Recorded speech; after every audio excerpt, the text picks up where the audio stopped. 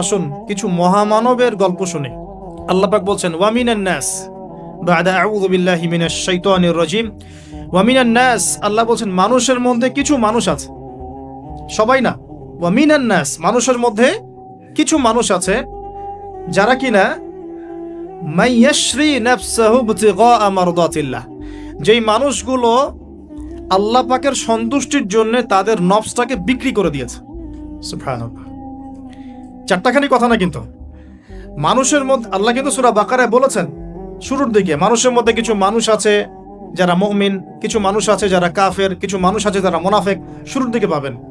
এখানে আল্লাহ পাক বলছেন মানুষের মধ্যে কিছু মানুষ আছে যারা তাদের নফসটাকে আল্লাহর সন্তুষ্টির জন্য বিক্রি করে দিয়েছে। সুবহানাল্লাহ, মানে তাদের জীবনের মূল থিমটাই হচ্ছে আল্লাহ পাকের সন্তুষ্টি অর্জন করা।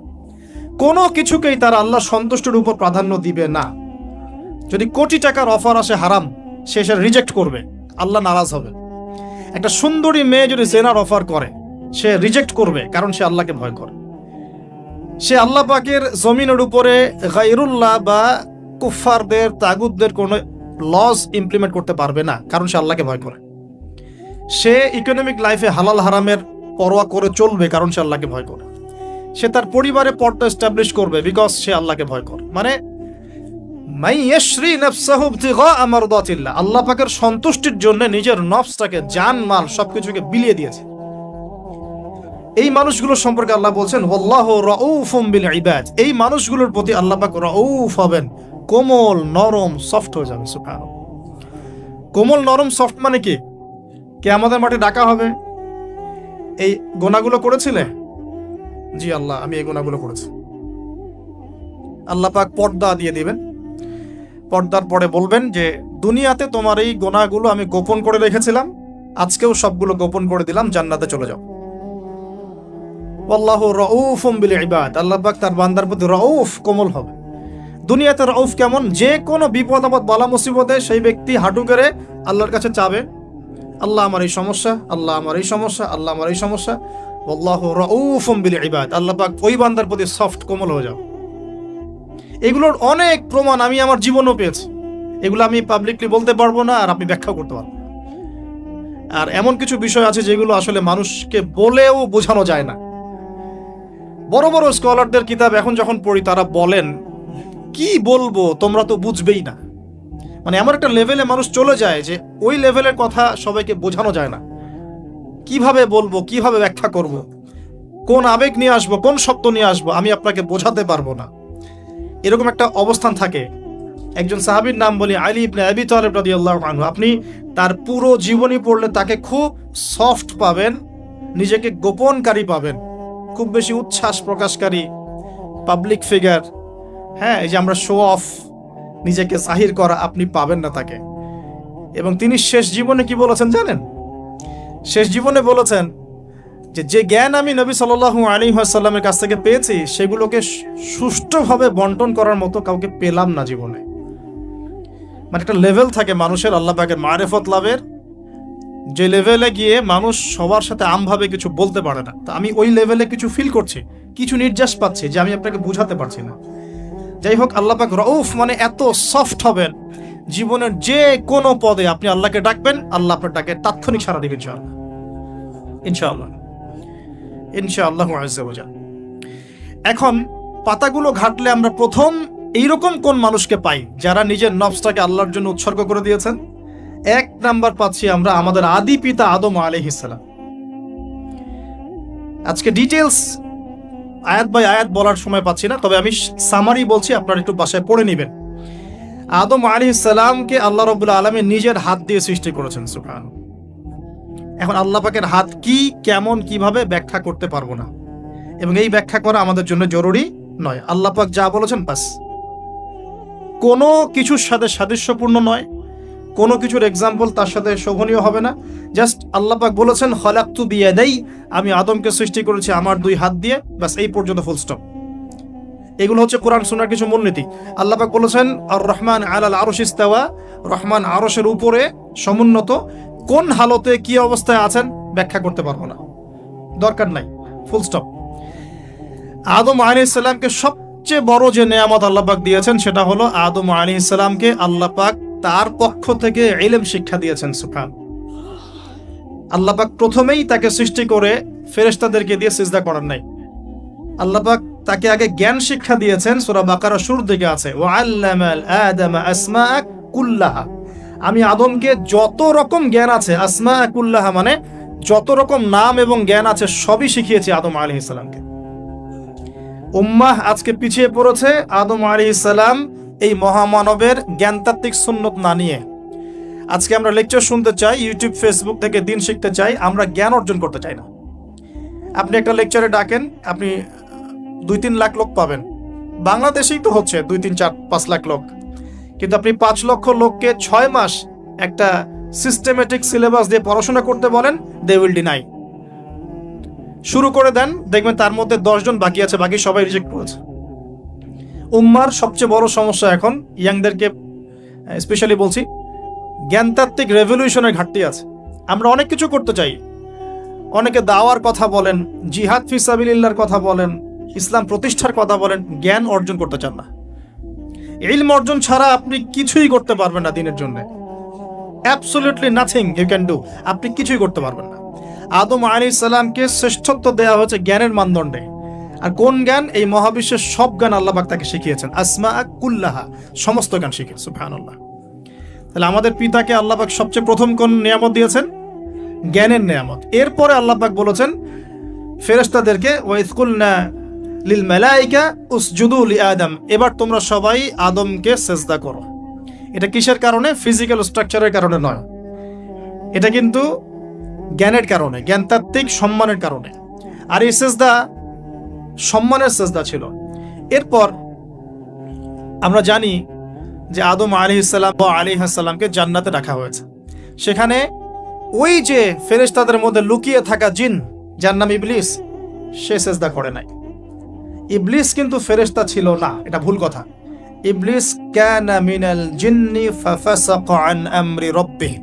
ইবলিস ছিল জিন জাতির একজন, যে তার রবের আদেশকে লঙ্ঘন করেছে। ইবলিস ফেরেশতা ছিল না, এটা ভুল কনসেপ্ট। এমন না সে ফেরেশতা ছিল পরে শয়তান হয়ে গেছে, না, সে কখনোই ফেরেশতা ছিল না, সে জিন জাতির একজন ছিল। বিকজ এই পৃথিবীতে মানুষের আগে জিন জাতির অবস্থান ছিল। এর পূর্বে হয়তো আরো কিছু ছিল, আমরা জানি না, আল্লাহ পাক গোপন করে দিয়েছেন, আমরা জানি না। এখন ইবলিস সিজদা করেনি কেন? বিকজ সে বলেছিল খলাকতানি মিন নার ওয়া খলাকতাহু মিন তিন, আমাকে সৃষ্টি করেছেন আপনি আগুন দিয়ে, আদমকে সৃষ্টি করেছেন মাটি দিয়ে, কেন আমি আদমকে সিজদা করব? সে আদমকে সিজদা না করে এটা প্রমাণ করতে চাচ্ছে যে আল্লাহ আপনি ভুল, আমি সঠিক। নাউজুবিল্লাহ। এটাকে বলা হয় বাতিল কিয়াস, বাতিল কিয়াস, ভুল কিয়াস। এবং শুধু তাই না, আল্লাহ রাব্বুল আলামিন তাকে ওয়ার্ন করার পরেও সে কিন্তু ইউটার্ন করে তওবা করে ফিরে আসে নাই। সে তার মতের উপর অটল ছিল। পক্ষান্তরে আমাদের পিতামাতা যখন ফল খেয়ে ফেলেছেন জান্নাতে, যখন পোশাক খুলে গেছে, জান্নাতের পোশাক খুলে গেছে, ফল খাওয়ার পর প্রথম যে ঘটনা ঘটেছে, গায়ের পোশাকটা খুলে গেছে। দেখেন, সর্বপ্রথম আমাদের পিতামাতাকে জান্নাতে ফেরেশতাদের সামনে ইবলিস নগ্ন করে দিয়েছে। এটা ছিল আমাদের প্রতি ইবলিসের সবচেয়ে বড় আঘাত। শুরুতে, প্রথম আঘাত। শুরুতে শিরক করাতে পারে নাই, বেদাত করাতে পারে নাই, হারাম খাওয়াতে পারে নাই ইত্যাদি। শুরুতে আমাদের পিতামাতাকে সে অবাধ্যতায় লিপ্ত করে গা থেকে জান্নাতের পোশাকটা খুলে ফেলে দিয়েছে। এখান থেকে আমাদেরকে বুঝতে হবে, আজকের এই গ্লোবাল সোসাইটিতে আমরা যে নগ্নতার এই ভয়াল থাবা এবং প্রদর্শনী দেখছি, এটা ওই আসমানের ওই যে ইবলিসের যে চক্রান্ত, তার এই জমিনে বাস্তবায়ন হচ্ছে। এখন বুঝাতে পারিনি মনে হয়, আল্লাহ মাফ করুন। ইবলিস আমাদের পিতামাতার গা থেকে কাপড় খুলে ফেলে দিয়েছিল। সূরা আরাফে আল্লাহ পাক এটা বলেছেন, ইয়ানজিউ আনহুমা লিবাসাহুমা লিইউরিয়াহুমা মিন সাওয়াতিহিমা। হে বনু আদম, তোমরা সতর্ক থেকো, তোমাদের পিতামাতার গা থেকে কিন্তু ইবলিস কাপড় খুলে ফেলেছিল, তোমরা পৃথিবীতে গিয়ে আবার সেই কাজ করো না।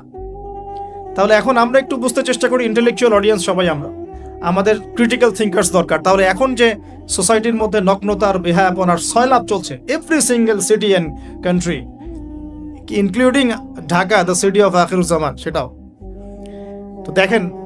কোথায় আপনি মানে শালীনতা পাচ্ছেন? ইসলামিক কান্ট্রি হিসেবে আলহামদুলিল্লাহ এখানে অনেক কিছু পান।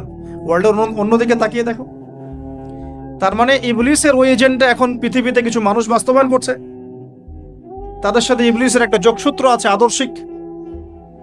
আল্লাহ পাক আমাদের মা বোনদেরকে বিপদগামী থেকে হেফাজত করুন এবং আমাদের চোখগুলোকে আল্লাহ পাক পবিত্র করুন।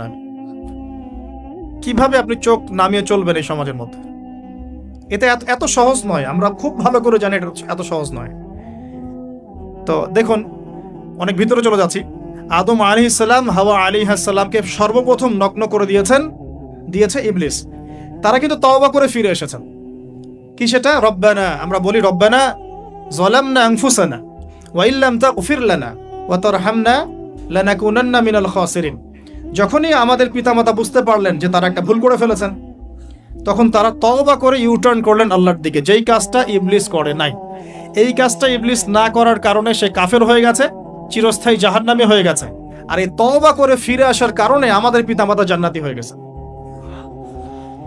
আল্লাহ পাক এই কারণেই তার রাসূলের মাধ্যমে জানিয়েছেন যে প্রত্যেক আদম সন্তান, কুল্লু বানি আদম খাত্তা, প্রত্যেক বনু আদম হচ্ছে পাপী। আমরা সবাই পাপী, আমরা সবাই পাপী।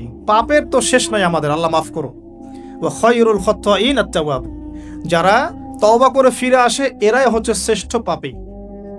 জীবনের যে কোনো সময় যদি কেউ খালেস ভাবে আল্লাহর দিকে তওবা করে ফিরে আসতে পারে, আল্লাহ পাক এক মুহূর্তের মধ্যে তার আমল নামার সমস্ত গুনাহ মাফ করে নেকি দিয়ে পরিবর্তন করতে পারে। এগুলো হাদিস থেকে বলছি, ডিটেলস বলতে পারছি না আমি, কোডগুলো।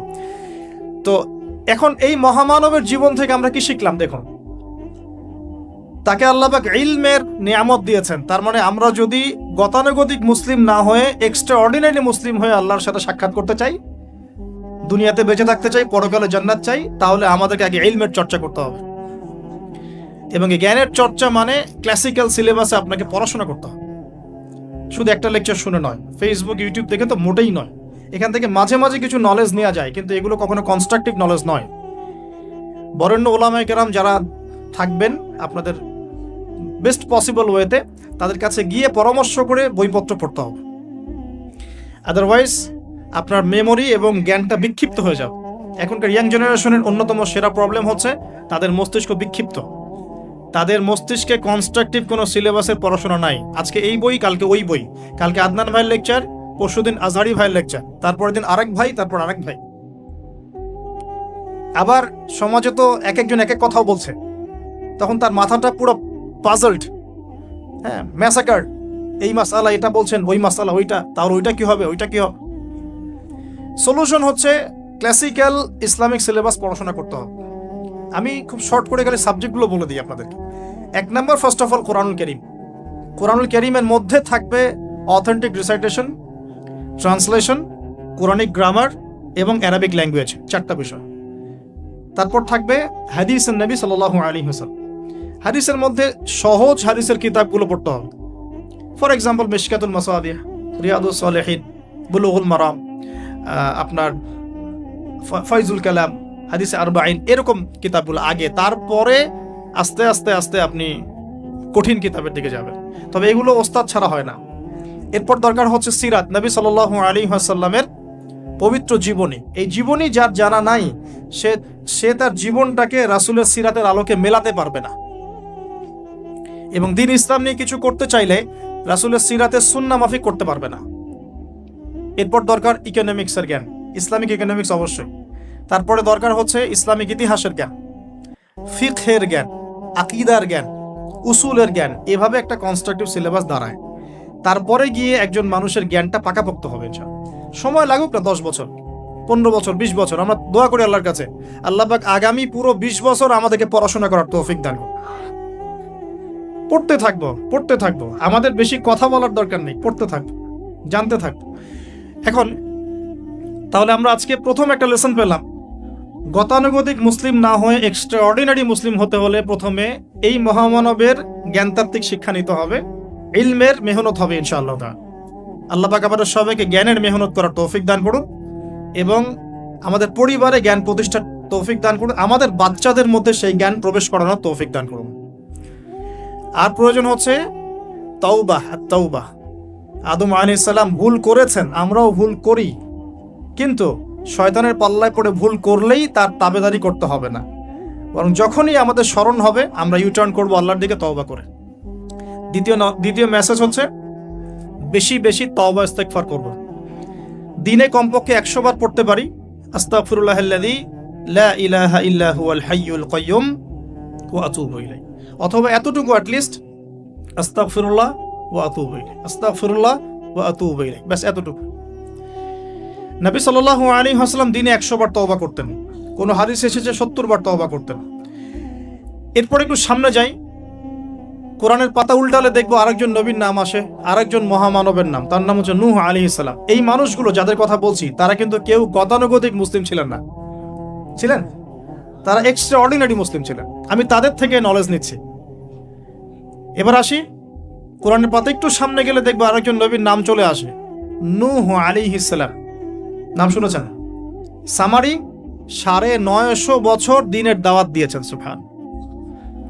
এক্সট্রা অর্ডিনারি মুসলিম হতে হলে আমাদেরকে দাওয়াতি কাজ করতে হবে, তার আগে ওই যে জ্ঞান অর্জন করতে হবে। এই দাওয়াতি কাজটা হবে মধ্যম পন্থায়, শৈথিল্যতাবাদ না, চরমপন্থা না, মধ্যমপন্থী থাকবো ইনশাআল্লাহ। এখানে অনেক সময় মধ্যমপন্থী থাকতে গিয়ে কিছু মানুষ হিকমতের দোহাই পেরে শৈথিলতাবাদী হয়ে যায়। আমি মনে বুঝাতে পারি না, কিছু মানুষ মধ্যম পন্থার দাওয়াতের কথা বলেও হিকমতের দোহাই দিয়ে কখনো কখনো শৈথিলতাবাদী হয়ে যান। এটাও ঠিক, ওটাও ঠিক, এটাও চলে, ওটাও চলে, এদিকে চলে আসে। আবার কিছু মানুষ মধ্যম পন্থার কথা বলে অনেক সময় খুব ওভার এগ্রেসিভ পদক্ষেপে চলে যান। দুটোই উম্মার জন্য ক্ষতিকর। এজন্যই ক্লাসিক্যাল ওলামায়ে কেরামের সাথে পরামর্শ ভিত্তিক চলাফেরা করা উচিত, তাহলে তারা ডাইরেকশন দিতে পারবেন যে কোনটা এই প্রেক্ষাপটে করা উচিত, কোনটা করা উচিত না। তো নূহ আলাইহিস সালামের জীবন থেকে আমরা শিখছি দাওয়াতের মেহনত করতে হবে। এটা আমি আজকেও শিখলাম নতুন করে।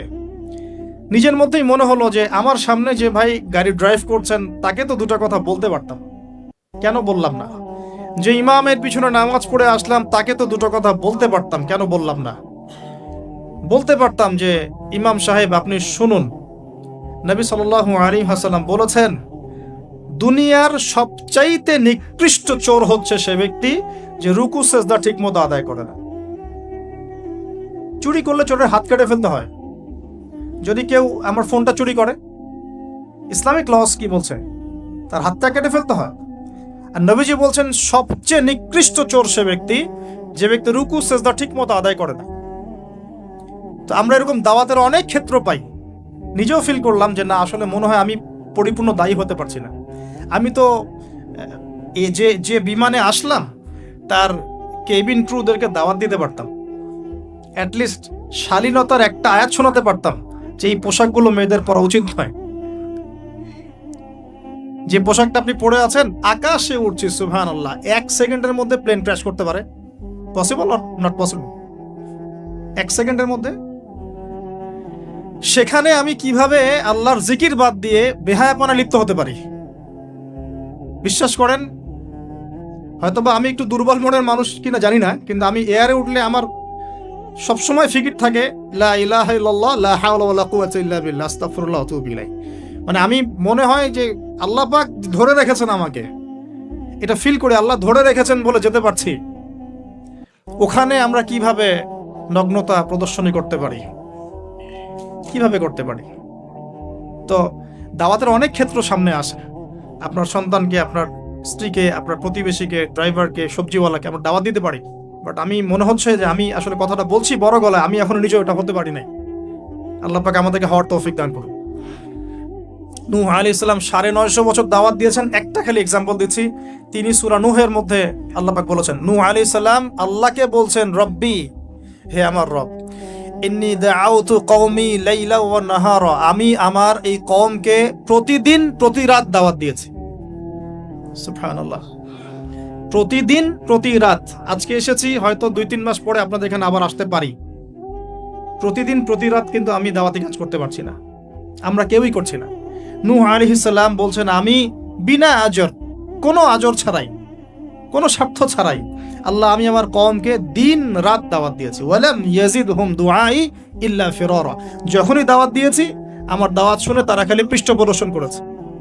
কেউ মাথা ঢেকে ফেলেছে, কেউ মুখ কান বন্ধ করেছে, হ্যাঁ, কেউ আমাকে পাগল বলেছে, মজনুন বলেছে।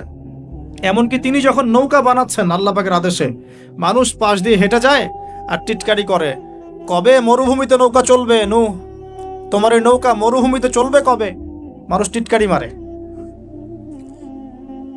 তো এখনো দেখবেন স্ক্যাটোলজিক্যাল কথা বললে, আখিরুজ্জামানে কথা বলে অনেকেই মজা নেয়। কবে আসবে ক্যাশলেস সোসাইটি? বললাম তো চলে আসছে। কবে আসবে মালহামা? বলছি চলে আসবে। কবে আসবে বড় বড় ভূমিকম্প? আসছে, সবর করেন। তো নূহ আলাইহিস সালামের জীবন থেকে শিক্ষা আমরা দাওয়াত দিব। আমরা ফার্স্ট অফ অল জ্ঞান অর্জন করব, ক্লাসিক্যাল সিলেবাস পড়াশোনা করব, ওলামায়ে কেরামের সাথে সোহবত রাখবো এবং দাওয়াতি কাজ করবো ইনশাআল্লাহ। এবং এখানে আমরা মধ্যমপন্থী থাকবো, নট চরমপন্থা, নট শৈথিল্যতাবাদ। নূহ আলাইহিস সালামের জীবন থেকে আরো দাওয়াত, দিন রাত দাওয়াতের মেহনত করা, দিন রাত দাওয়াতের মেহনত করা। আল্লাহ পাক আমাকে আপনাদের সবাইকে তৌফিক দান করুন। কতদিন? 950 বছর। কত বছর? 950 বছর। পুরো আব্বাসীয় খেলাফত ছিল 509 বছর কি 10 বছর মেবি। পুরো আব্বাসীয় খেলাফত 510 বছরের মতো। উমাইয়াদের ছিল 93 ইয়ার্স। আমাদের নবী সাল্লাল্লাহু আলাইহি ওয়াসাল্লামের দাওয়াতের মিশন বয়স ছিল 23 বছর। 950 বছর দাওয়াত দেওয়ার পর তাফসীরের কিতাবে এসেছে 40 or 80 ফ্যামিলিজ, এই 40 বা 80টা ফ্যামিলি ইসলাম কবুল করেছে। তার মানে এখানে শিক্ষা, এক্সট্রাঅর্ডিনারি মুসলিম হতে হলে দাওয়াতের মেহনতে হতাশ হওয়া যাবে না, লেগে থাকতে হবে, লম্বা সময় ধরে দাওয়াত দিতে হবে। আল্লাহ পাক আমাকে আপনাদের সবাইকে লম্বা সময় ধরে বিশ্বে দাওয়াতি কাজ করার তৌফিক দান করুন। আর সামনে যাই। নিজের ছেলে ইসলাম কবুল করে নাই নূহ আলাইহিস সালামের, নিজের স্ত্রী ইসলাম কবুল করে নাই। তার মানে আমাদের ফ্যামিলিগুলো এমন হতে পারে যে ফ্যামিলি নিজের ছেলে কথা শুনছে না, নিজের স্ত্রী কথা শুনছে না। পরোয়া করতে হবে না, তাদের পরোয়া করতে হবে না, শুধু দাওয়াত দিতে হবে। সেই অবস্থা লূত আলাইহিস সালামেরও, তারও স্ত্রী ইসলাম কবুল করছে না। আল্লাহ পাক তাদেরকে ধ্বংস করেছেন, নূহ আলাইহিস সালাম লূত আলাইহিস সালামকে উদ্ধার করেছেন। তো এখানে আমরা আমাদের দিনী বোনদেরকে রিকোয়েস্ট করব, আপনারা সবাই আপনাদের ফ্যামিলিতে খাদিজা রাদিয়াল্লাহু আনহা, আয়েশা রাদিয়াল্লাহু আনহা রোল প্লে করেন। নূহ আলাইহিস সালাম আর লূত আলাইহিস সালামের স্ত্রী রোল প্লে করবেন না। আনফরচুনেটলি এখনকার যে বিজি সিটিজগুলো, মানে যেগুলো আমরা বলি বস্তুবাদী শহরগুলো, ফ্যামিলিগুলো দিন দিন ক্রাশ করছে। সম্পর্কের টানাপোড়া, বিচ্ছেদ, ডিভোর্সড, আকীদা আদর্শের মিল নাই। স্বামী ইসলাম প্র্যাকটিস করলে স্ত্রীর সমস্যা, স্ত্রী প্র্যাকটিস করলে স্বামীর সমস্যা। এই প্রবলেমসগুলো আমাদেরকে সলভ করতে হবে। আল্লাহ পাক আমাদেরকে সবর করার তৌফিক দান করুন। পারিবারিক তালিমটা খুব বেশি ইম্পর্টেন্ট। পরিবারের তালিম চালু করা উচিত। পরিবারে কোরআন এবং হাদিসের কিতাবগুলো থেকে দার্সের ব্যবস্থা করা উচিত এবং সপরিবারেই ওলামায়ে কেরামদের সাথে পরামর্শ করে চলা উচিত। ইনশাআল্লাহ ভালো হবে। আল্লাহ পাক তৌফিক দান করুন। আমি নূহ আলাইহিস সালামের আরেকটা কথা বলে শেষ করি। শেষে যখন নৌকা ডুবছে, তিনি তার ছেলেকে তখনও পিতৃস্নেহে ডাকছেন, নৌকায় আসো বাবা।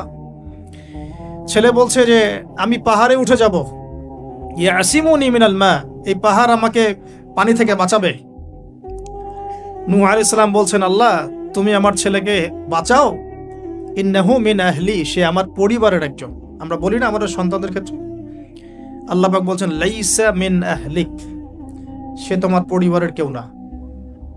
এখানে একটু হার্ড লাইনে যেতে হবে আমাদেরকে। অনেক সময় আমরা আমাদের ফ্যামিলির মধ্যে এমন কিছু মানুষকে পাই যারা টোটালি ইসলামকে ডিসকারেজ করেন, অস্বীকার করেন, নাস্তিকতায় লিপ্ত থাকেন, ইসলামের বেসিক ফান্ডামেন্টাল গুলোকে ডিনাই করেন।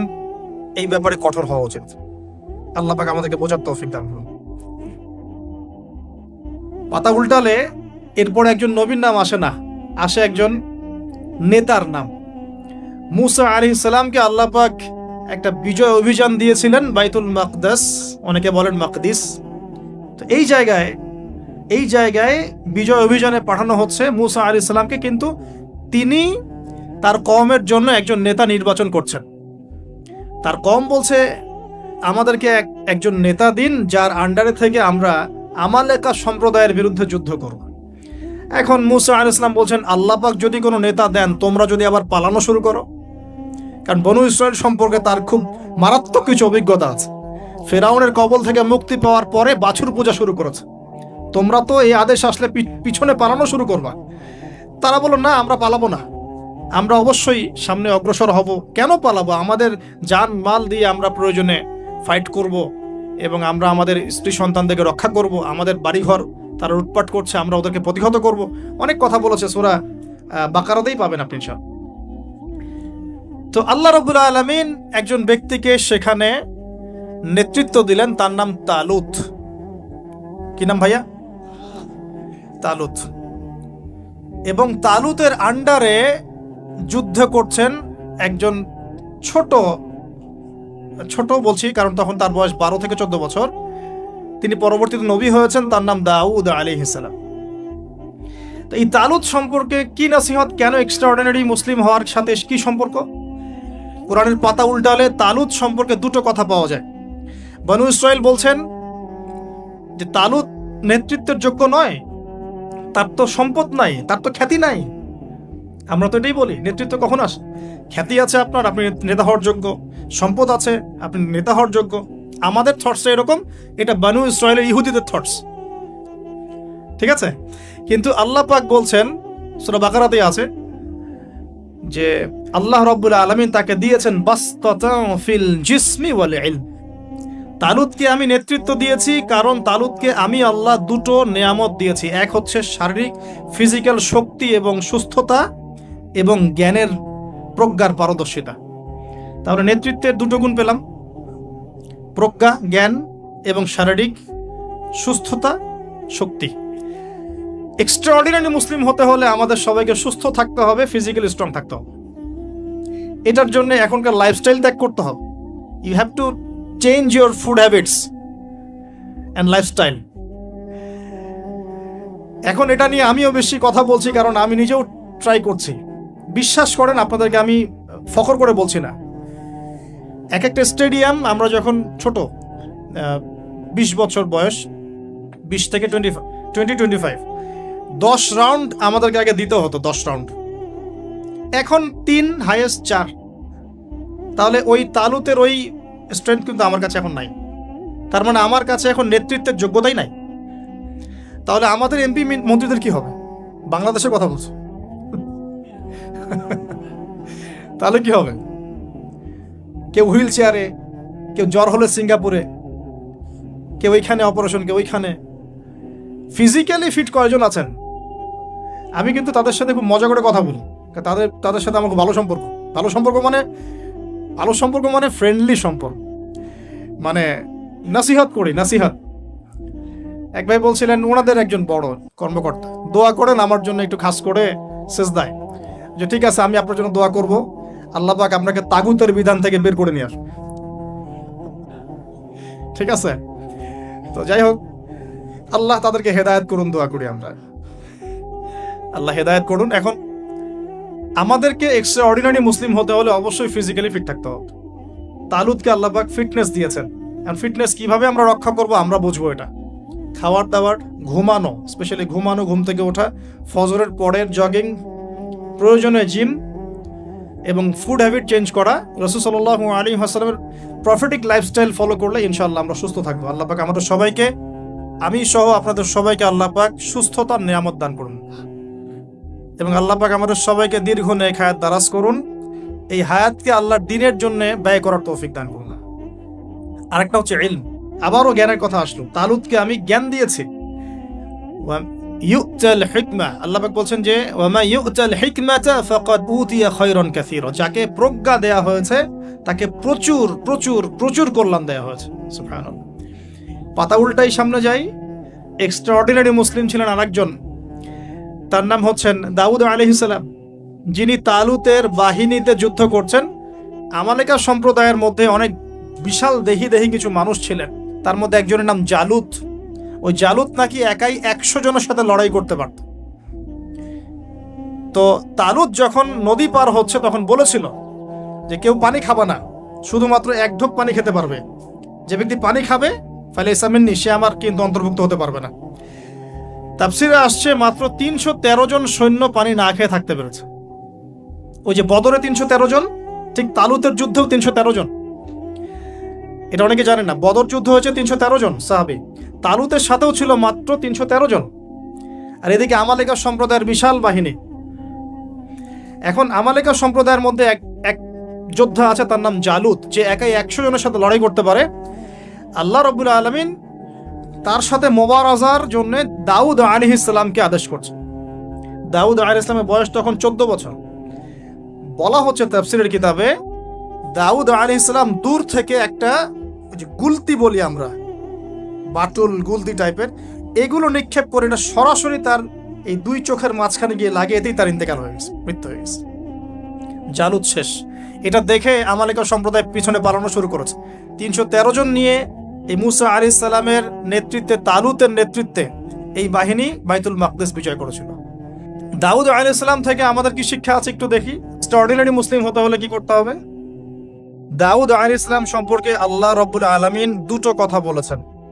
এক, আল্লাহ রাব্বুল আলামিনের কাছে দাউদ আলাইহিস সালামের নামাজ অনেক অনেক বেশি পছন্দের ছিল, এবং আল্লাহ রাব্বুল আলামিন দাউদ আলাইহিস সালামের রোজাটা অনেক বেশি পছন্দ করতেন। আমরা কি জানি তিনি কেমন করে রোজা রাখতেন? একদিন রোজা রাখতেন, পরের দিন রাখতেন না, তারপরে আবার রাখতেন, তারপর রাখতেন না, তারপর আবার রাখতেন, তারপর রাখতেন না। এভাবে তিনি সারা বছর রোজা রাখতেন। সুবহানাল্লাহ। এবং রাতের বেলা এত চমৎকার করে জাবুর তেলাওয়াত করতেন আর নামাজে দাঁড়িয়ে থাকতেন, তার এই জাবুরের তেলাওয়াত শুনতে পাখি, অনেক তাফসীরে আসছে পাখি, মাছ, অন্যান্য প্রাণী তারা এসে চুপ করে বসে তার তেলাওয়াত শুনতো। এগুলো কোনো গাল গল্প নয়। বিশ্বাস করেন আল্লাহ পাকের এই পৃথিবীতে যত মাখলুক আছে সবাই আল্লাহর ইবাদত করে, সবাই। আল্লাহ পাক তো আমার নামাজের মুখাপেক্ষী নন। আসমান নামাজ পড়ছে, জমিন নামাজ পড়ছে, চন্দ্র সূর্য নামাজ পড়ছে, পাহাড় পর্বত নামাজ পড়ছে। একজন সুফি পীর সাহেবের সাথে সাক্ষাৎ হয়েছিল, তিনি বলেছেন যে আমাদের বডির মধ্যে যে কীটপতঙ্গগুলো থাকে সেগুলো তাসবিহ পাঠ করে। তা আল্লাহ পাক তো আমার নামাজের মুখাপেক্ষী নন। তো এখান থেকে এক্সট্রা অর্ডিনারি মুসলিম হতে হলে, আহসান হতে হলে আমাদেরকে নামাজ ঠিক করতে হবে। আল্লাহ পাক আমাদের সবাইকে দাউদ আলাইহিস সালামের মতো সুন্দর করে নামাজ পড়ার তৌফিক দান করুন। আর দাউদ আলাইহিস সালামের এই সুন্নতের উপর আমল কে করেছেন সবচেয়ে বেশি? আমাদের নবী মুহাম্মদ সাল্লাল্লাহু আলাইহি ওয়াসাল্লাম। অ্যাট লিস্ট আমরা তার উম্মত, তার মতো করে নামাজটা তো পড়তে শিখব। বিশ্বাস করেন এখন ম্যাক্সিমাম মসজিদ, আমি এখানকার অবস্থা জানি না, আমি আমার লোকালিটির কথা বলছি, ম্যাক্সিমাম মসজিদ বাইতুল্লাহ থেকে এখন বাইতুল নাস হয়ে গেছে। বুঝতে পারেননি? বাইতুল্লাহ মানে আল্লাহর ঘর, যেখানে আল্লাহর বিধান চলবে, আল্লাহর মতো, আল্লাহ যেভাবে সন্তুষ্ট হন সেই নামাজ চলবে। এখন চলছে বাইতুল নাস, মানুষের সন্তুষ্টির নামাজ, মানুষের সন্তুষ্টির নামাজ। মসজিদ কমিটির, অনেক মসজিদ কমিটির সভাপতি সব সুদখোর, ঘুষখোর, দুর্নীতিবাজ ভর্তি। ইমাম সাহেব কিছু বলতেও পারে না, বেচারা কি বলবে? বললেই তো চাকরি শেষ। একদিন এক ইমাম সাহেবের সাথে গল্প হচ্ছিল, তিনি বলছেন যে আমি ভাই প্রথম দিন খুতবা দিয়েছি সুদের উপরে, তারপরে আমাকে সুন্দর করে রিমান্ডে নিয়ে নিল আর কি কমিটি। তারপরে তওবার উপরে আমি আলোচনা করেছি, তওবার উপরে আলোচনা। এগুলো কিন্তু বাস্তবতা। বাইতুল নাস হয়ে গেছে মসজিদগুলো এখন। নামাজের কোনো আধ্যাত্মিকতাই পাচ্ছেন না আপনি, মারেফতি নাই। এই যে আমরা দাঁড়িয়ে বলি আউযু বিল্লাহি মিনাশ শাইতানির রাজিম মিন নাফখিহি ওয়া নাফসিহি ওয়া হামজিহি, কত পার্সেন্ট মানুষের অর্থ জানে? আমরা বলি বিসমিল্লাহির রহমানির রহিম, এই বিসমিল্লাহির রহমানির রহিম মানে বিসমিল্লাহ, খালি এতটুকু সিনটা শোনা যায়, বাকি আর কিছু শোনা যায় না। অথচ শুধু এই বিসমিল্লাহর প্রতি সম্মান প্রদর্শন করার জন্যে আল্লাহ পাক সাবার রানী বিলকিসকে ইসলাম কবুলের সৌভাগ্য দিয়েছিলেন। মনে আছে সুলাইমানের চিঠি? হয়তো অনেকে পড়েছেন। সুলাইমান আলাইহিস ইসলাম চিঠি দিয়েছেন, আমার কাছে আত্মসমর্পণ করো। তো রাজার পরিষদ সবাই বলছে আমরা উলুল কুওয়া, আমরা শক্তিশালী, আদেশ করেন লড়াই করব। বিলকিস বলছে না, ইন্নাহু মিন সুলাইমান, এটা সুলাইমানের পক্ষ থেকে আসছে। ওয়াইন্নাহু বিসমিল্লাহির রহমানির রহিম, এখানে আছে পরম করুণাময় অসীম দয়ালু আল্লাহর নামে শুরু করছে। এই বিসমিল্লাহর প্রতি সম্মান প্রদর্শনের ওসিলায় আল্লাহ রাব্বুল আলামিন এই সাবার রানী বিলকিসকে এই ইসলাম কবুলের সৌভাগ্য দিয়ে দিয়েছেন। আলহামদুলিল্লাহ। বিসমিল্লাহ ঠিক নাই তেলাওয়াতে, কোরআন তেলাওয়াত ঠিক নাই নামাজের মধ্যে, এক একটা হরফের উচ্চারণ কোথায় কি হচ্ছে কি বুঝতেই পারছি না আমরা। আলহামদুলিল্লাহ রাব্বিল আলামিন কি পড়লো আল্লাহই ভালো জানে। এটা কি মন্ত্র নাকি? আলহামদুলিল্লাহি রাব্বিল আলামিন একটা অনুভূতি আছে, একটা অর্থ আছে। সমস্ত প্রশংসা এই জগৎ সমূহের রব আল্লাহর জন্য। আর রহমানির রহিম, যিনি পরম করুণাময় অসীম দয়ালু, একটা ফিলিংস আছে। মালিকি ইয়াউমিদ্দিন, যিনি বিচার দিনের মালিক। ইয়াকা না'বুদু, আমরা শুধু তোমার ইবাদত করি। ওয়া ইয়াকা নাস্তাঈন, শুধু তোমার কাছে সাহায্য চাই। এখন দেখুন, এই যে সূরা ফাতিহা অর্থ বুঝলাম না, একটা সূরা পড়ে গেলাম কুল হুয়াল্লাহু আহাদ। কি কুল হুয়াল্লাহু আহাদ মানে কি? এটা উচ্চারণই বা কেমন করে করতে হয়? কুল, বলুন, হুয়াল্লাহু আহাদ, তিনি আল্লাহ এক। এই যে কুল হুয়াল্লাহু আহাদ অনেকে বলতে পারে না। কুল হুয়াল্লাহু আহাদ, এটা কি সব একসাথে মিলে একটা শব্দ? এখানে প্রস্রাব করিবেন না, কমা, নাকি করিলে জরিমানা হইবে, তো কমাটা চেঞ্জ করে দেন। এখানে প্রস্রাব করিবেন, না করিলে জরিমানা। তাহলে আমরা তো কোরআনকে এরকম বানিয়ে ফেলছি। কুল হুয়াল্লাহু আহাদ মানে কি? আমি এগুলো নিয়ে বললে অনেক সময় চলে যাবে। আপনাকে হাতে সময় আছে? তো দেখেন, আমি নামাজ নাই ভাই, মসজিদে অ্যাপ্রোপ্রিয়েট নামাজ নাই। সব মসজিদের কথা বলছি না, ইল্লা মাশা আল্লাহ। অনেক মসজিদ এখন বাইতুন নাস হয়ে গেছে, মানুষের বাইত, আল্লাহর ঘর নাই, সূরা ঠিক নাই। এরপরে রুকু, এই যে রুকু করলাম, রুকুতে গিয়ে একটা বার সুবহানা রাব্বিয়াল আযীম বলারই সময় পাওয়া যাচ্ছে না। অন্তত 3 বার 5 বার 7 বার তো বলবে, বা 3 বার তো অ্যাটলিস্ট বলবে। এই উঠে সামি আল্লাহু লিমান হামিদা। হুলিমান হামিদা কি? হুলিমান হামিদা বলে কি কোনো শব্দ আছে? এটা নতুন শব্দ বানালাম আমি একটা। সামি আল্লাহ, আল্লাহ তার কথা শোনেন। লিমান হামিদা, যে তার কথা, যে আল্লাহর প্রশংসা করে। সামি আল্লাহ, আল্লাহ তার কথা শোনেন। লিমান হামিদাহু, যে তার প্রশংসা করে। একটা অর্থ আছে তো, সামি আল্লাহ হুলিমান হামিদা। তো হুলিমান হামিদা মানে কি? প্রতিটা জায়গায় সমস্যা, প্রতিটা জায়গায় সমস্যা। নামাজ, এখানে আমি একটা কথা বলতে ভিতরে চলে আসি। নামাজের আমাদের তাসকিয়া উঠে যাচ্ছে, আধ্যাত্মিকত্ব পাচ্ছেন না। আপনি নামাজ নিজে পড়ে নিজে ফিল হচ্ছেন আপনি নামাজ পড়েছেন। সেজদায় গেলেন, সেজদা মনে হচ্ছে ব্যায়াম, টাপাস টাপাস। মাঝখানে বসারও সময় নাই, মাঝখানে বসে যে একটু দোয়া পড়তে হয়, আল্লাহুম্মা গফিরলি ওয়ারহামনি। কত চমৎকার দোয়া, আল্লাহুম্মা গফিরলি, আল্লাহ আমাকে মাফ করে দাও। ওয়ারহামনি, আল্লাহ আমাকে রহম করো। ওয়াফিনি, আমাকে নিরাপত্তা দান করো। ওয়ারযুকনি, আমাকে রিজিক দান করো। এই তো দোয়া। নামাজের দোয়া বাদ দিয়ে নামাজের পরে লম্বা দোয়া। হ্যাঁ, নামাজের মূল দোয়াই নাই। আর আমাদের বাংলাদেশে কিছু গ্রাম আছে, ওখানে আবার দোয়া নিয়ে যে মারামারি আর ক্যাচাল। এক একজন বিড়ি ফ্যাক্টরির মালিক, বিড়ি ফ্যাক্টরি, তামাক ফ্যাক্টরি, ওরা মসজিদে গন্ডগোল করে, দোয়া হাত তুলে করবে না করবে না। মানে বাদ দেন, আল্লাহ হেফাজত করুন আমাদেরকে। আল্লাহ আমাদেরকে পরিপূর্ণরূপে নামাজ পড়ার তৌফিক দান করুন। নামাজের প্রত্যেকটা বিষয় বুঝে বুঝে পড়লে এত মজা লাগে, এত স্বাদ লাগে, আপনি নামাজে ডুবে যাবেন। আর নবী সাল্লাল্লাহু আলাইহি ওয়াসাল্লাম কিভাবে সারা রাত নামাজ পড়তেন, মানে রাতের একটা লম্বা অংশ কেমন করে নামাজ পড়তে পারতেন? কারণ তিনি তো ফিল করতেন কি পড়তেছেন। তার তো ক্লান্তি লাগতো না। তার পা কখন ফুলে গেছে তার টেরি পাচ্ছেন না তিনি। কেন সাহাবীদের পা থেকে তীর খোলা যেত? কারণ নামাজে দাঁড়িয়ে তারা ডুবে গেছেন আল্লাহর মধ্যে। আল্লাহ, এটা তো বললে অনেকে আকীদার প্রশ্ন তুলবে। আসলে আল্লাহ পাকের সাথে আমি বিলীন হয়ে যাচ্ছি এখানে। এই বিলীন মানে কি? শারীরিক বিলীন। আমার মনন আল্লাহর প্রতি নিবদ্ধ হয়ে যাচ্ছে। এই তো নামাজ।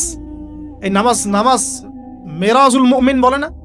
আল্লাহর মুমিনদের জন্য মেরাজ, নামাজটাই তো মুমিনদের জন্য মেরাজ। তো মেরাজ মানে কি? সাক্ষাৎ, দেখা সাক্ষাৎ। তা আমাদের নামাজে তো আল্লাহর কোনো ফিলিংসই আসছে না। সেজদা করছে, সেজদায় নবীজি বলেছেন বেশি বেশি দোয়া করো, কারণ সেজদায় যে দোয়াটাই করবা কবুল হয়ে যাবে ইনশাআল্লাহ। তো সেজদায় তাসবিহ পড়ারই টাইম পাচ্ছি না, দোয়া করব কখন? একটা দোয়া করতে গিয়ে দেখলাম ইমাম সাহেব তাশাহুদ শুরু করে দিয়েছে, আর আমি তাশাহুদ ধরতে গিয়ে দেখলাম তাশাহুদ শেষ করতে করতে সালাম শেষ, আমার দরুদ শরীফ বাকি আছে। তো ওই জন্য বিশ্বাস করেন আমি নামাজটা আবার দৌড়ায় পড়ে আসছি, মাগরিবের নামাজ। ছোট ভাইকে নিয়ে বললাম পাশে দাঁড়া, নামাজ হয় নাই। কেন হয় নাই? রুকু সেজদা করতে পারি নাই, নামাজ হবে কিভাবে? এক ওয়াক্ত নামাজ চলে গেল, এই এক ওয়াক্ত নামাজ কি আমার জীবন আবার ফিরে আসবে কিনা? আর আপনারাই বলেন তো, কিয়ামতের মাঠে সবচেয়ে প্রথম কোন আমলের হিসাব হবে? আমার এই বড় বড় কথা, দিন কায়েম, জিহাদ, এই সেই, হাবি জাবি, অনেক বড় বড় কথা, নামাজ ঠিক নাই, কি হবে? ফায়দা আছে কোনো?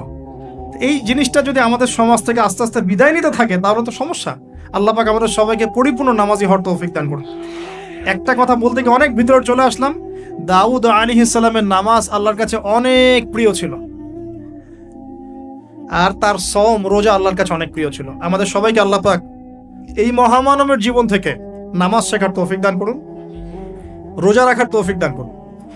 এবং কোরআন, তিনি জাবুর তেলাওয়াত করতেন, এত মধুর সুরে তেলাওয়াত করতেন, পাখি এসে তার তেলাওয়াত শুনতো, মাছ এসে তেলাওয়াত শুনতো।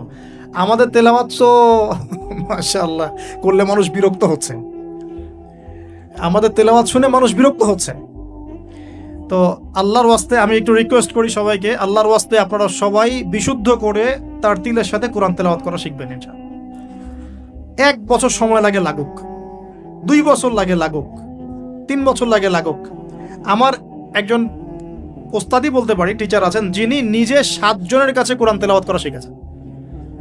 তিনি নিজে 7 জন ওস্তাদের কাছে কোরআন তেলাওয়াত করা শিখেছেন। এর কোনো শেষ নাই। চমৎকার করে, সুন্দর করে, মাধুর্যের সাথে কোরআন তেলাওয়াত করা শিখুন। আল্লাহ পাক আমাদের সবাইকে ডেইলি অন্তত 1 পারা করে তেলাওয়াত করার তৌফিক দান। এতে ইনশাআল্লাহ জীবনে বরকত হবে, হায়াতে বরকত হবে, রিজিকে বরকত হবে, আল্লাহর সাথে কানেকশন থাকবে, কোরআনের সাথে আপনার সম্পর্ক থাকবে। কোরআন কাল কিয়ামতে আপনার পক্ষে সাক্ষী দিবে ইনশাআল্লাহ। আল কোরআন হুজ্জাতুন লাকা ওয়া আলাইক, কোরআন আপনার পক্ষে সাক্ষী দিবে বা বিপক্ষে সাক্ষী দিবে। আল্লাহ রাসূল বলেন লা হাসাদা ইল্লা ইসনাতাইন, 2 জন ব্যক্তি ছাড়া কারো প্রতি ঈর্ষা করা জায়েজ নাই। এক, রাজুলুন আতাহুল্লাহুল কোরআন, এমন একজন ব্যক্তি যাকে আল্লাহ পাক কোরআন দিয়েছেন, সুবহানাল্লাহ। ইয়াকুমু বিহি আনা আল-লাইল ওয়া আনা আন-নাহার, যে কোরআন কেন্দ্রিক, সে দিনের বেলা আমল করে, রাতে তাহাজ্জুদের নামাজ পড়ে। আরেকজন ব্যক্তি রাজুলুন আতাহুল্লাহু মালান, একজন ব্যক্তি যাকে আল্লাহ পাক সম্পদ দিয়েছেন, ইউনফিকু বিহি আনা আল-লাইল ওয়া আনা আন-নাহার, এই টাকা পয়সা, মাল সম্পদ ইসলামের জন্য সে দিন রাত খরচ করে। এই 2 ব্যক্তি ছাড়া অন্য কারো প্রতি ঈর্ষা করা যায়।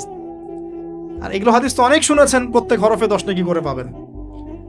কোরআন আপনার পক্ষে সাক্ষী দিবে। সূরা বাকারা, যে ঘরে তেলাওয়াত করা হয় সূরা বাকারা, শয়তান সেই ঘর থেকে দূর দূর করে পালিয়ে যায়। সূরা আলী ইমরানের শেষের 10 আয়াত মুখস্থ করবেন, সূরা বাকারার শেষের 3টা আয়াত মুখস্থ করবেন, সূরা হাশরের শেষের 3-4টা আয়াত মুখস্থ করবেন, সূরা কাহাফের প্রথম 10টা আয়াত মুখস্থ করবেন, সূরা কাহাফের শেষের 10টা আয়াত মুখস্থ করবেন। এরকম অনেকগুলো সূরা আছে, সূরা ফালাক, নাস, ইখলাস, সূরা ফালাক, নাস, ইখলাস, কাফিরুন ইত্যাদি। নামাজ শেষ করব? আচ্ছা, ওকে, আমি গুটিয়ে নিচ্ছি ইনশাআল্লাহ। তো আমরা দাউদ আলাইহিস সালামের কথা শুনলাম, আরেকজন মহামানব। আর কয়েকজনের কথা জাস্ট সংক্ষিপ্ত করে টাচ করে শেষ করে দিচ্ছি। তার ছেলে সুলাইমান আলাইহিস সালাম, নাম শুনেছি তো? আল্লাহ পাক তাকে জিন জাতির উপর কর্তৃত্ব দিয়েছিলেন, বাতাসের উপর কর্তৃত্ব, তার আংটিতে, তার লাঠি, সিংহাসন, এক কথায় তাকে আল্লাহ পাক এত বড় রাজত্ব দিয়েছেন যেটা আল্লাহ পাক এর আগেও কাউকে দেন নাই, পরেও কাউকে দেন নাই। এখান থেকে আমরা শিখছি শক্তিশালী মুসলিম হওয়ার একটা নাসিহাত, শক্তিশালী মুসলিম হওয়া। তা আমাদের সবাইকে শক্তিশালী মুসলিম হওয়ার চেষ্টা করতে হবে, আল্লাহ পাক তৌফিক দান করুন। এই শক্তি গেইন করার চেষ্টা করতে হবে, আল্লাহ পাক তৌফিক দান করুন। দুর্বল মুমিনের চাইতে শক্তিশালী মুমিন আল্লাহর কাছে বেশি পছন্দের। এখানে ইসলামের শক্তি আমরা দেখতে পাচ্ছি। আরও সামনে যাই, পাতা উল্টাই, দেখবেন একজন অত্যন্ত অপূর্ব সুন্দর, আমাদের মুরাদ ভাইয়ের মতো অপূর্ব সুন্দর একজন মহামানবের কথা আছে। ইউসুফ আলাইহিস সালাম। আমরা সূরা ইউসুফ পড়তে শিখি নাই এখনো। আমরা সবাই মনে করি সূরা ইউসুফ মানে হচ্ছে ইউসুফ জুলাইখার প্রেম কাহিনী, আমরা এটাই মনে করি। সূরা ইউসুফকে আল্লাহ পাক সবচেয়ে শ্রেষ্ঠ উপন্যাস বলেছেন, আহসানুল কসাস। একটু গভীরভাবে পড়ে দেখবেন অর্থগুলো। এটা ইউসুফ জুলাইখার প্রেম কাহিনী নয়, এটা ইউসুফ আলাইহিস সালামের সাথে তার বাবার মহব্বতের কাহিনী। সুবহানাল্লাহ। এটা পিতা আর সন্তানের মহব্বতের কাহিনী। এত মহব্বত যে সন্তান 20 বছর আগে হারিয়ে গেছে, যে সন্তান কূপ থেকে রাজপ্রাসাদে, রাজপ্রাসাদ থেকে জেলখানায়, জেলখানা থেকে আবার মিশরের গভর্নমেন্ট মানে পলিটিক্যাল পাওয়ার এসেছেন, বাবা কিন্তু এটা জানেন না। কিন্তু সন্তান যখন একটা জামা পাঠিয়ে দিচ্ছে, জামা, এই কমিজটা নিয়ে যাও আমার বাবার চোখে দিও, বাবা দৃষ্টি ফিরে পাবে। ওই কমিজ নিয়ে যখন কিছু মানুষ আসছে তার বাসার সামনে, তিনি বলছেন, ইন্নী লাআজিদু রিহা ইউসুফ, আমি আল্লাহর কসম ইউসুফের গন্ধ পাচ্ছি। এটা মারা বুঝতে পারবেন, সন্তানের গন্ধ পাওয়া যায়। বাবারা বুঝবো, সন্তান মায়েদের আমাদের ছেলে মেয়েদের গন্ধ আমরা বুঝি, এটা আমার ছেলের গন্ধ, এটা মেয়ের গন্ধ। ইউসুফ আলাইহিস সালামের কামিজ আসছে 1200 মাইল দূর থেকে, আরও বেশি বা কম হবে। আর এখানে তার বাবা গন্ধ পাচ্ছেন, মহব্বত। এই কথাটা, এই আয়াতটা আসলেই চোখ দিয়ে পানি বের হয়ে যাবে। ইন্নী লাআজিদু রিহা ইউসুফ, আমি ইউসুফের গন্ধ পাচ্ছি। আর মানুষ বলছে আপনি পাগল হয়ে গেছেন, কতদিন আগে ইউসুফ চলে গেল, আপনি ইউসুফের কথা বলতে বলতে বলতে বলতে চোখ অন্ধ করে ফেললেন কাঁদতে কাঁদতে, এখন বলছেন যে ইউসুফের গন্ধ পাচ্ছেন। সুবহানাল্লাহ। তো সূরা ইউসুফ পিতা আর সন্তানের প্রেম কাহিনী, মহব্বতের কাহিনী, ট্র্যাজেডি লাইফের। ভাইদের ষড়যন্ত্রে চলে গেলেন কূপে, কূপ থেকে রাজপ্রাসাদে, রাজপ্রাসাদ থেকে জেলখানায়। জেনার আহ্বান করছে তাকে, তিনি বলছেন মাআযাল্লাহ, আমি আল্লাহর কাছে আশ্রয় প্রার্থনা করছি। এখানে আমরা সূরা ইউসুফ পড়তে গিয়ে ইউসুফ আলাইহিস সালামের বাহ্যিক সৌন্দর্য নিয়ে কথা বলি, তার চরিত্র, তার বাহ্যিক সৌন্দর্য চেয়ে অনেক বেশি সুন্দর।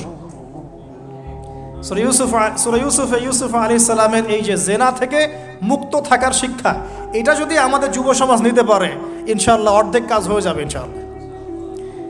কত পার্সেন্ট যুবক আছে বলেন দেখি, একটু অনেস্টলি বলেন, সূরা ইউসুফ আলাইহিস সালামের মতো এরকম তাকওয়া, পরহেজগারিতা, জেনা মুক্ত জীবন যেমন করতে পারে। আমরা তো আরো ইচ্ছা করে প্রেম করি, অ্যাফেয়ার করি, রেপ করি, এই করি সেই করি। আর তাকে অফার করা হচ্ছে সম্ভ্রান্ত পরিবারের একজন রাজার স্ত্রী। ক্বালাত হাইতা লাক ক্বালা মাআযাল্লাহ। তাহলে এই মহামানব জীবন থেকে শিক্ষা আছে। আরেকটা বিষয় আছে রুইয়াল হক, এখানে সত্য স্বপ্নের কথা আছে। তাই যারা বেশি পরহেজগার হবেন আপনারা কিন্তু সত্য স্বপ্ন দেখবেন এবং স্বপ্নের সত্যতা ডিনাই করবেন না। শেষ জামানায় মুমিনের স্বপ্ন বেশি বেশি সত্য হবে। যদি সত্য স্বপ্ন দেখেন, ভালো স্বপ্ন দেখেন, প্রিয়জন কোনো প্রিয় মানুষকে বলবেন। যদি দুঃস্বপ্ন দেখেন, খারাপ স্বপ্ন দেখেন, কাউকে বলতে যাবেন না। এখানে পড়লে আপনি দেখবেন কাফেরের স্বপ্ন সত্যি হয়েছে। আরেকটা স্ট্র্যাটেজি আছে সূরা ইউসুফে, এর আগে একটা লেকচারে বলেছিলাম। ইউসুফ আলাইহিস সালাম এমন অর্থনৈতিক পরিকল্পনা গ্রহণ করেছিলেন যার ফলশ্রুতিতে মিশরের লক্ষ লক্ষ মানুষ দুর্ভিক্ষ থেকে বেঁচে গেছে। সুবহানাল্লাহ। তাহলে এখনকার আমাদের পারিবারিক ক্ষেত্রেই হোক, সোশ্যাল বা ওয়ার্ল্ড অ্যাফেয়ার্সই হোক, ওই ইকোনমিক পলিসি যদি লঞ্চ করা যায়, ইনশাআল্লাহ তাআলা দেখবেন জনগণ না খেয়ে মরবে না। আর এই কথাটা আমি সবাইকে বোঝাতে পারি, বাংলাদেশের মানুষকে বোঝাতে পারি না। কারণ ইউসুফ আলাইহিস সালাম এখানে 7 বছর মেয়াদি একটা পরিকল্পনা নিয়েছেন। অপচয় করো না, যতটুকুতে কাজ হয়ে যায় এতটুকু ব্যবহার করো, বাকিটা সেভ করো। দুর্ভিক্ষ সামনে আসছে, তখন ইনশাল্লাহ বেঁচে যাবে তোমরা। কে শোনাবে কার কথা? গিয়ে দেখেন এক একটা প্রকল্পের কি অবস্থা। অপচয়ে সবচেয়ে টপ জাতি বাঙালি জাতি এখন সারা ওয়ার্ল্ডের মধ্যে। পানি অপচয়, গ্যাস অপচয়, তেল অপচয়, বাদ দেন, এ বলতে গেলে অনেক সময় চলে যাবে। তাহলে সূরা ইউসুফ থেকে আমরা শিখলাম কি? রুইয়াল হক, সত্য স্বপ্ন, ক্যারেক্টার। আমরা শিখলাম এখানে চরিত্র পবিত্র রাখার ব্যাপার। শিখলাম পারিবারিক বাবা সন্তানের মহব্বত। এক্সট্রাঅর্ডিনারি মুসলিম হতে হলে এগুলো দরকার আছে। একটু সামনে যান, একজন ব্যক্তির নাম বলছি, ইউনুস আলাইহিস সালাম। নাম শুনেছেন কিনা? আমরা সবাই জানি তিনি মাছের পেটে ছিলেন। কেন ছিলেন এটা অনেকে জানি না। কেন তিনি, কেন আল্লাহ পাক কেন তাকে মাছের পেটে পরীক্ষা করলেন? কারণটা আমি বলছি, সূরা আম্বিয়া পড়ে দেখবেন। তিনি যখন দাওয়াত দিচ্ছিলেন কওমকে, কওমের অনেকেই দাওয়াতটা রিসিভ করছিল না, একটু রাগান্বিত হয়েছেন তিনি, সামান্য একটু রাগান্বিত। আমরা হয়ে যাই না এখন? আরে কতদিন থেকে দাওয়াত দিই, মানুষ কথাই শোনে না। এক ভাই বলছেন, বড় আলেম, কয়েকদিন আগে আমি দেখা করে আসছি, বলছেন যে আমি ভাই এই বাংলাদেশ সম্পর্কে হতাশ হয়ে গেছি, আর মনে হয় না এখানে কোনো কাজ হবে। তো ইউনূস আলাইহিস সালাম একটু রাগান্বিত হয়ে ব্যাকওয়ার্ডে এসেছেন, আল্লাহ রাব্বুল আলামিন ধরে ফেলেছেন। তোমাকে তো আমি এই দায়িত্ব দিয়েছি জাস্ট আমার তাওহীদ প্রচার করার জন্য, কবুল কে করলো করলো না দেখার দরকার নাই। আল্লাহ পাক তাকে ওই পরীক্ষায় ফেলেছেন, 3 দিন 3 রাত মাছের পেটে। তখন তিনি কি দোয়া করছেন? লা ইলাহা ইল্লা আনতা সুবহানাকা ইন্নী কুনতু মিনাজ জালিমিন। আল্লাহ পাক বলছেন সূরা সফফাতের মধ্যে, তিনি যদি এই দোয়াটা না পড়তেন, লা লাবিসা ফি বাতনিহি ইলা ইয়াউমি ইউবআসুন, কিয়ামত পর্যন্ত তিনি মাছের পেটেই থাকতেন। নাউজুবিল্লাহ। তাহলে এখান থেকে আমরা শিখলাম, জীবনে অনেক চড়াই উতরাই আসবে, সবর করতে হবে। দাওয়াতের মেহনতে সবর করতে হবে। মানুষ কবুল করলো করলো না দেখার দরকার নাই, আমি আমার গতিতে দাওয়াত দিতে থাকবো। আর বিপদ আপদ যদি চলে আসে, দোয়া ইউনুস পড়বো, বলবো লা ইলাহা ইল্লা আনতা সুবহানাকা ইন্নী কুনতু মিনাজ জালিমিন। আল্লাহ পাক যে কোনো বিপদ দূর করে দিবেন ইনশাআল্লাহ। সাক্ষাৎ মউত থেকে আল্লাহ পাক এই দোয়া পড়লে বাঁচাতে পারেন। এটা কি মৃত্যুর মুখোমুখি ছিলেন না মাছের পেটের মধ্যে? ওখানে কিন্তু মাছ যখন বমি করে দিয়ে গেছে তীরে, তখন সেখানে লাউ গাছ উৎপন্ন করা হয়েছে, লাউ গাছ। তো এটা আপনারা বুঝে ফেলেন যে এর সাথে কি সম্পর্ক আছে। তো ইউনূস আলাইহিস সালামের জীবন থেকে শিক্ষা কি? এই দোয়া পড়বো, লা ইলাহা ইল্লা আনতা সুবহানাকা ইন্নী কুনতু মিনাজ জালিমিন। আরেকজন নবীর নাম আইয়ুব, মহামানব, অনেক দিন অসুস্থ, মনে আছে? দীর্ঘদিন অসুস্থ। এখানে একটা কথা বলে লোভ সামলাতে পারছি না, সালাত আমরা একসাথে পড়বো ইনশাআল্লাহ। আচ্ছা, সেটা হচ্ছে আইয়ুব আলাইহিস সালাম কখন এই দোয়া করেছেন? রব্বি আন্নী মাসানিয়া দুররু ওয়া আনতা আরহামুর রাহিমিন। রোগ যখন আস্তে আস্তে আস্তে তার জিহ্বাতে এসেছে, জিহ্বা দিয়ে তিনি তার জিকির করতে কষ্ট হচ্ছে, তখন তিনি বলছেন, আল্লাহ আমাকে অনেক দুঃখ দুর্দশা স্পর্শ করেছে, আমি জিকিরটা ঠিক মতো করতে পারছি না, আল্লাহ আমাকে শেফা দান করো। সুবহানাল্লাহ। এখন আল্লাহ রাব্বুল আলামিন তাকে গোসল করালেন, সুস্থতা লাভ করলেন, তাকে আহাল পরিবার দিলেন, আরোগ্য দান করলেন।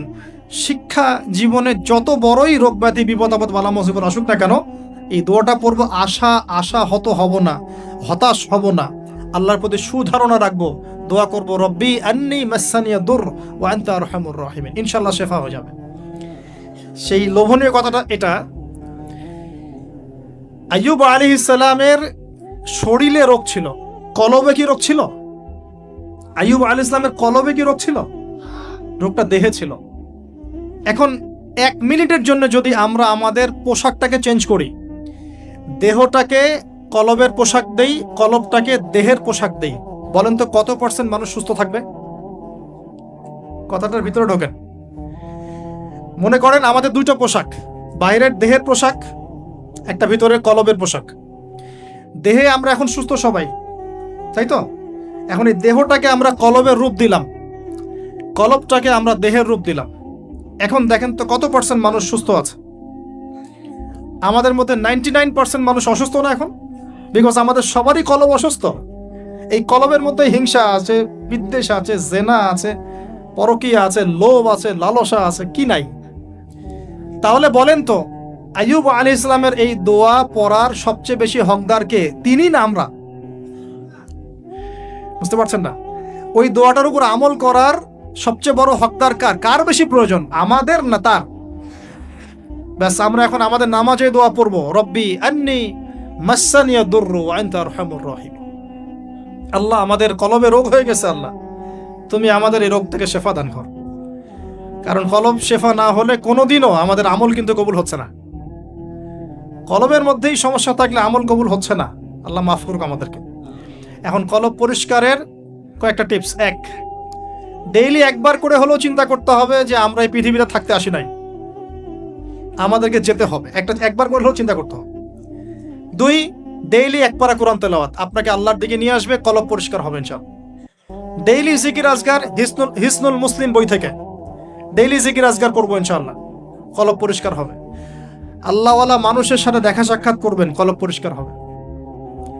কবরস্থানে গিয়ে কবর জিয়ারত করবেন, কলব পরিষ্কার হবে। অন্যের প্রতি গীবত, বিদ্বেষ, হিংসা, পরশ্রীকাতরতা রাখবেন না, কলব পরিষ্কার হবে ইনশাআল্লাহ। সবচেয়ে বড় কথা, সেজদায় যারা বেশি বেশি দোয়া করতে পারে তাদের অন্তর পরিষ্কার হয়ে যাবে ইনশাআল্লাহ। আল্লাহ পাক আমাদের সবাইকে আইয়ুব আলাইহিস সালামের জীবন থেকে শিক্ষা নেওয়ার তৌফিক দান করুন। মুসা ঈসাকে একসাথে বলছে, দুজনকে আল্লাহ পাক কারামত দিয়েছেন, কারামত, মহামানব, কারামত। লাঠি ছুঁড়ে মারছেন, সাপ হয়ে যাচ্ছে। মৃত মানুষের গায়ে আল্লাহর নামে হাত বুলাচ্ছেন, দাঁড়িয়ে যাচ্ছে। অন্ধ ব্যক্তি চোখে হাত বুলাচ্ছেন, তাকিয়ে দেখছে, দৃষ্টিশক্তি ফিরে পাচ্ছে। দুজনকে আল্লাহ পাক কারামত দিয়েছেন, কারামত। একজনের সাথে আল্লাহ পাক কথা বলেছেন, আর একজনকে আল্লাহ পাক বিনা পিতায় সৃষ্টি করেছেন, সুবহানাল্লাহ। যাকে আল্লাহ পাক এখন উপরে উঠিয়ে নিয়েছেন, আবারও আসবেন ইনশাআল্লাহ। ওই আনফিনিশড জব তার এখনো বাকি আছে। সেটা হলো ওই জেরুজালেম থেকে দিন ইসলামের পতাকাকে বুলন্দ করবেন ইনশাআল্লাহ, এবং সারা বিশ্বে ইসলামী খেলাফা আবারও কায়েম করবেন ঈসা আলাইহিস সালাম ইনশাআল্লাহ। এবং মিথ্যা মাসিহুদ দাজ্জালকে হত্যা করবেন ঈসা আলাইহিস সালাম। তার আগ পর্যন্ত জিউসদের সময়, এর আগ পর্যন্ত ওদের সময় তারা লম্ফ জম্প জুলুম নির্যাতন করতে থাকবে। এটাই হবে তাদের শেষ ধ্বংসের পরিণতি। এরপরে তারা কখনোই পৃথিবীর বুকে মাথা তুলে দাঁড়াতে পারবে না ইনশাআল্লাহ। তো তাদের দুজনের জীবনে অনেক শিক্ষা আছে। মুসা আলাইহিস সালাম কে আল্লাহ পাক ফিরআউনের কাছে পাঠিয়েছেন। কোরআনের পাতায় পাতায় মুসা ফিরআউন, মুসা ফিরআউন, মুসা ফিরআউন।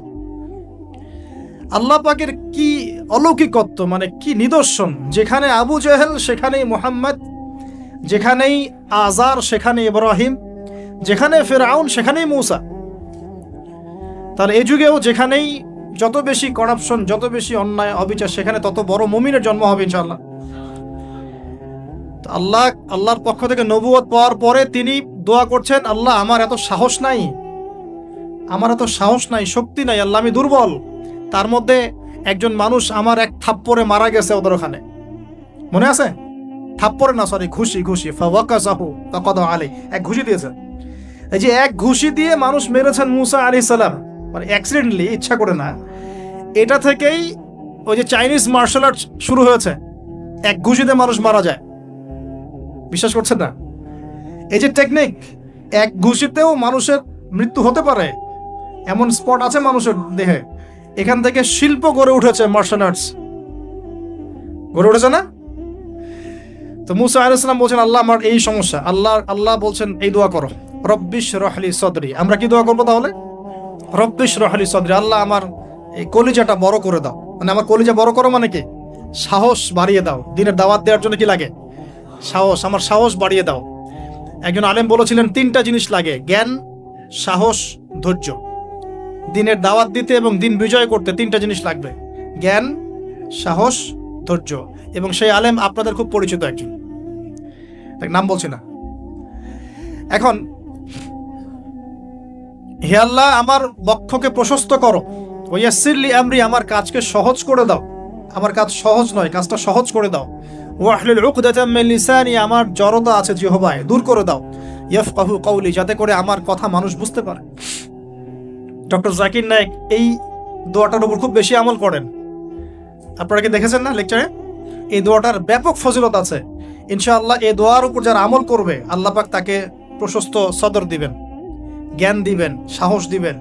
ইনশাআল্লাহ দাওয়াতের ক্ষেত্রে সে মানে না জড়তা মুক্ত কথা বলতে পারবে ইনশাআল্লাহ। এই কাজগুলো আমাদের করা উচিত। সবচেয়ে বড় কথা, তিনি ফেরাউনকে দাওয়াত দিয়েছেন। তাহলে বুঝলাম দাওয়াতের কাজ আস্তে আস্তে আস্তে আস্তে ওই পর্যায় পর্যন্ত যেতে হবে কি না। তাহলে এখনকার বিশ্বে কি ফেরাউন নাই? এখনকার বিশ্বে ফেরাউন নাই? অল্প কিছু জায়গা বাদ দিয়ে ম্যাক্সিমামই তো ফেরাউন। অল্প কিছু জায়গা বাদ দিয়ে ম্যাক্সিমামই ফেরাউন, হামান, কারুন, নমরুদ। আর এই কথাটা বলার সৎসাহস থাকা উচিত। কোন দৃষ্টিকোণ থেকে বলা হচ্ছে? বিকজ আল্লাহ পাকের আইন আপনি মানছেন না, আল্লাহ পাকের কোরআন আপনি মানছেন না, নবীর সুন্নত মানছেন না। শেষ করে দেই লাস্ট। উতবা সাহেবা রাবিয়া, তোমরা ইসলাম কবুল করো। তারা করে নাই বলেই তো বদর হলো। তারপরে সমাজ পরিবর্তন, একটা হাদিস আমাকে প্রেরণা যোগায়, সেটা হলো নবীজি বলছেন তোমাদের সামনে এমন যুগ আসছে জামানা সবরিন, কঠিন সবরের জামানা। ওই যে বলেছি অনেকদিন আগে, ঈমান ধরে রাখাটা হাতের মধ্যে আগুন ধরে রাখার মতো হবে।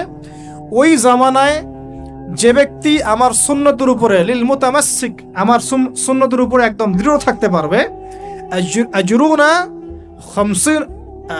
খামসিনা শাহীদাম মিনকুম, তোমাদের মধ্যে 50 জন শহীদ সাহাবীর নেকি পাবে ইনশাআল্লাহ। এজন্য আমরা মাঠে ময়দানে কাজ করছি, করতে করতে করতে করতে যদি কখনো দেখা যায় যে না আর পসিবল হচ্ছে না, কোনোভাবেই সম্ভব হচ্ছে না, সেক্ষেত্রে এরকম আবিসিনিয়ার মতো জায়গাগুলোতে চলে আসা ছাড়া কোনো অপশন নাই।